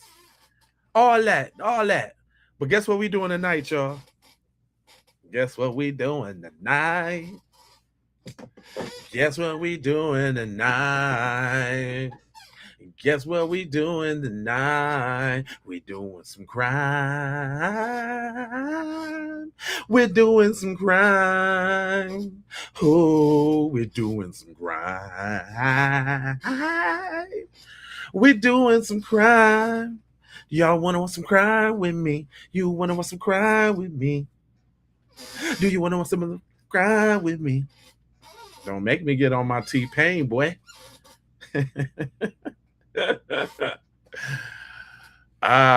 See, I got some good crime set up for us tonight, man. I don't know if y'all know we do that, but we do crime sprees. Matter of fact, you know what? You know what I meant to do? Since it's just a select few, and I've been trying to try it out anyway. Who wanna come up and holler at me real quick? Y'all wanna come up and holler at me real quick? Oh, so look, if you want to talk, check it out. If you're on the portrait version, right? Check this out. Let's play a game. Do you want to play a game? I am gonna put the link to come up in the chat. I'm finna put the link to come up in the chat. So if y'all want to come say something, because I said I was gonna do it. I can't keep saying that I'm gonna do it and don't do it, right? I'm gonna put the link in the chat, and I'm gonna put it on I'm putting it on the portrait version, not on the landscape. I'm gonna put it in the chat because that's the only way you're gonna be able to get to it is if you go to the landscape version, right? So I'm finna pin the link to the program in here. So the only rule is this: you got to show your face, and show your face.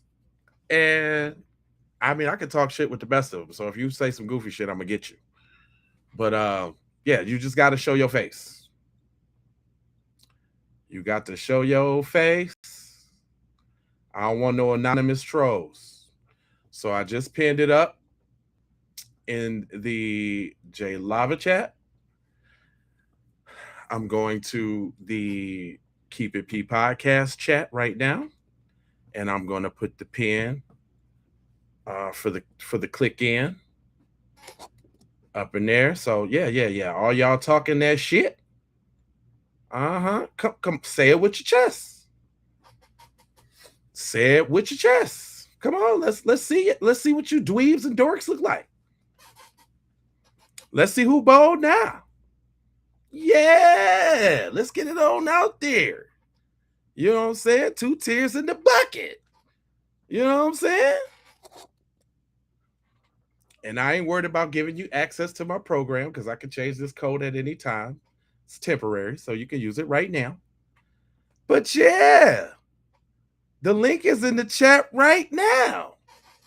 Who want to tap in? Huh?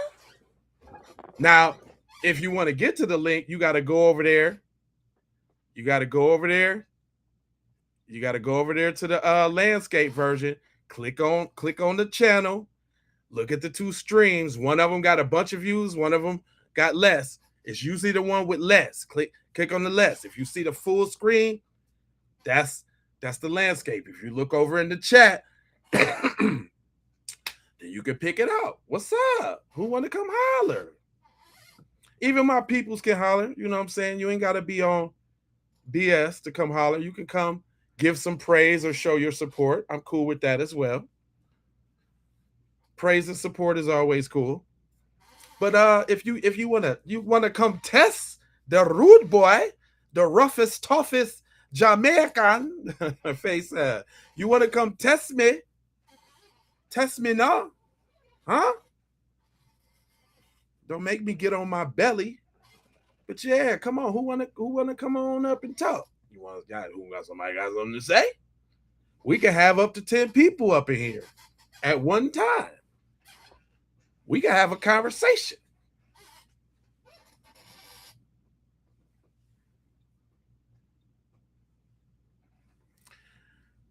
Listen, if they click in, the only way they getting on screen is if they show their face. If they show their face, then we can talk it out. I don't care who you is. Come on, let's rock. Rock it out. I'm ready for whatever. Whatever, cuz. On my mama. Now, either we can rock it out, cuz, or I could go back to my regular scheduled program, cuz, because it don't make no difference for me, cuz. With my true on, cuz. On my mama. And I'm not a crip.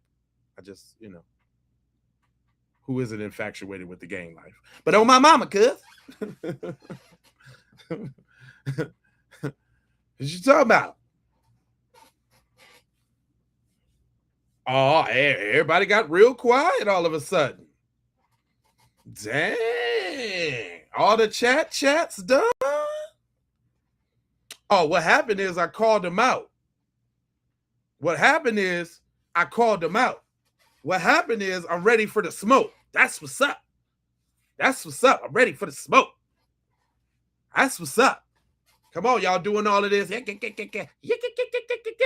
Come on, let's get to it.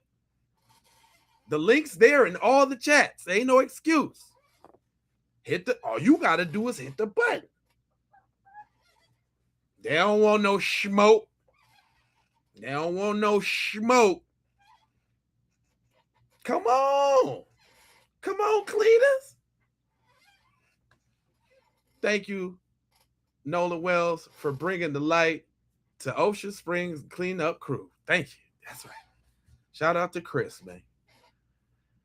Where's the smoke at?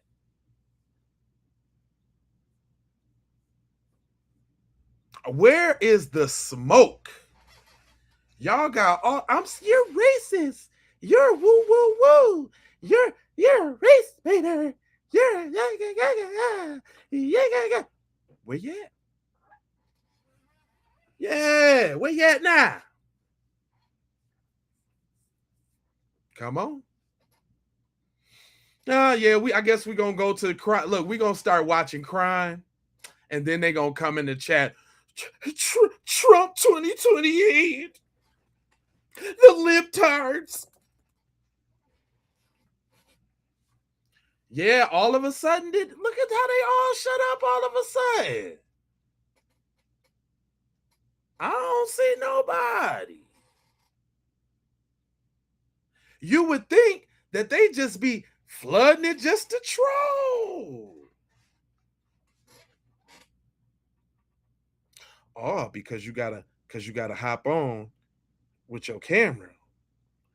Oh, because some of y'all look like the dweebs we be talking about. Man, you know what, man? Y'all, we probably talking to people from India and all that. Like, these people was not who they say they is, fam. They probably bots. Niggas from India, niggas from Nairobi, or they probably somewhere else, Serbia or something, Lithuania, Czechoslovakia. Psst. Them boys don't want no smoke. Them boys don't want no smoke. None. Matter of fact, I just seen the numbers go down. They just bowed right out. Okay. Maybe I'm gonna just start putting the thing up in the chat all the time.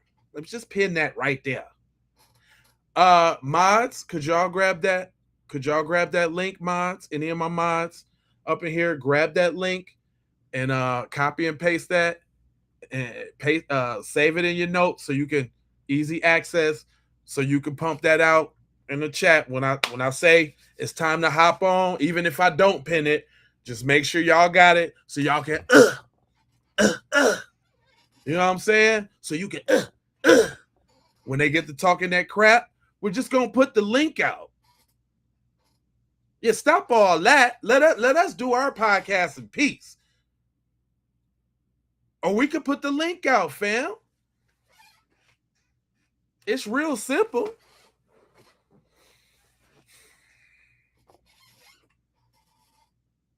You know what I'm saying?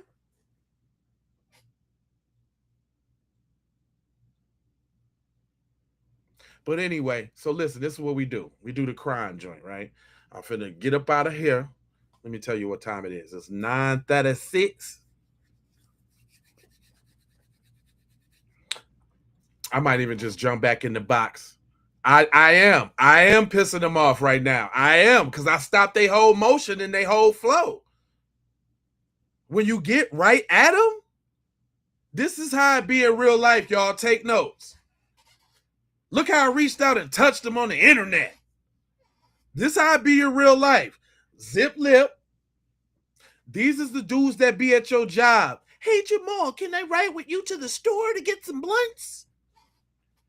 Hey, have you heard that new J. Cole? It really bangs, man. These are the same two-faced busters that be all on your team at work, though. Cool rims, Jamal. Are those new J's, Jamal?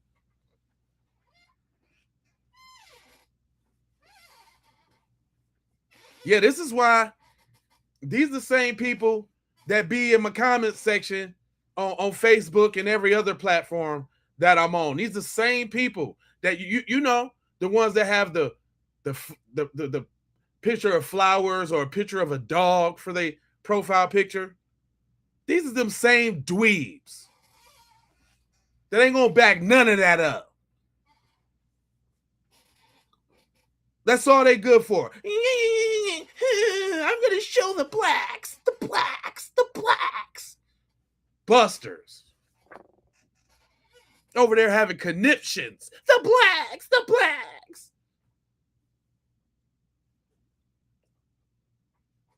You know, shout out to my people in the chat, because y'all be getting at them. Hey, trust me, I be seeing all the dumb stuff that they say, but I don't respond. You got the super chat for me to respond. Y'all see I purposely say stuff y'all say when y'all come in chat, or somebody I ain't seen before, I'll repeat what they say or something like that. Purposely, I'm communicating with the family. They got a super chat for me to acknowledge that crap that they be saying. Only time I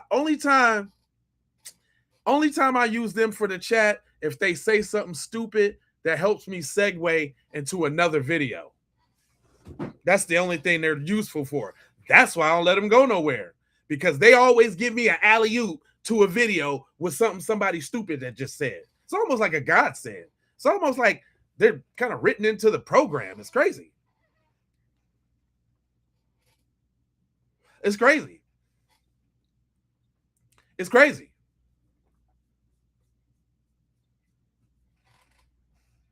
But anyway, I ain't gonna hold you, but I'm gonna mold you, fold you, and scold you about being on code. You know I got 4 words for you, right? For everybody that's new here and true here, you know what I'm saying? I need you to go ahead and subscribe for the vibes, like for the spike in the algorithm. There's a purpose for the like. The like makes the algorithm hit the video. And if you were really stomped down Trudy Duty, you will come back, spin the block on cuz, spin it around. What's up, Shay? I'm finna come back. I'm finna come back with the you know, it's late night crime night. But spin back around and go ahead and hype that thing. You get 3 hypes on YouTube a week. I don't know if you know that, but go ahead and put the little hype on that thing. Nah? Show your boy some love, nah? Nah, I'm gonna need you to go ahead and drop a comment on there. All right. Then now listen here. This the intricate part, boy. Put your thinking cap on now and listen, internalize what I'm trying to tell you, you got to share if you care about getting black empowerment everywhere. That's what you got to do now. If you really want to help out now, you got to put the share on there. And I ain't talking about Sonny Bono, boy. I'm talking about putting it on a platform that you own so the other folks can see it, nah. Don't do me like that, nah. Y'all see me I'm over here slaving, putting the microphone to use for you, slaying devils, giving them the business, nah. You can give your boy, come on, look out for your boy. One time. Okay, all right. I gotta hurry up and leave so we can get to the crime. Love, peace, blessings, and aloha. I'm out the Doha for Shoha. You already know. Yiga.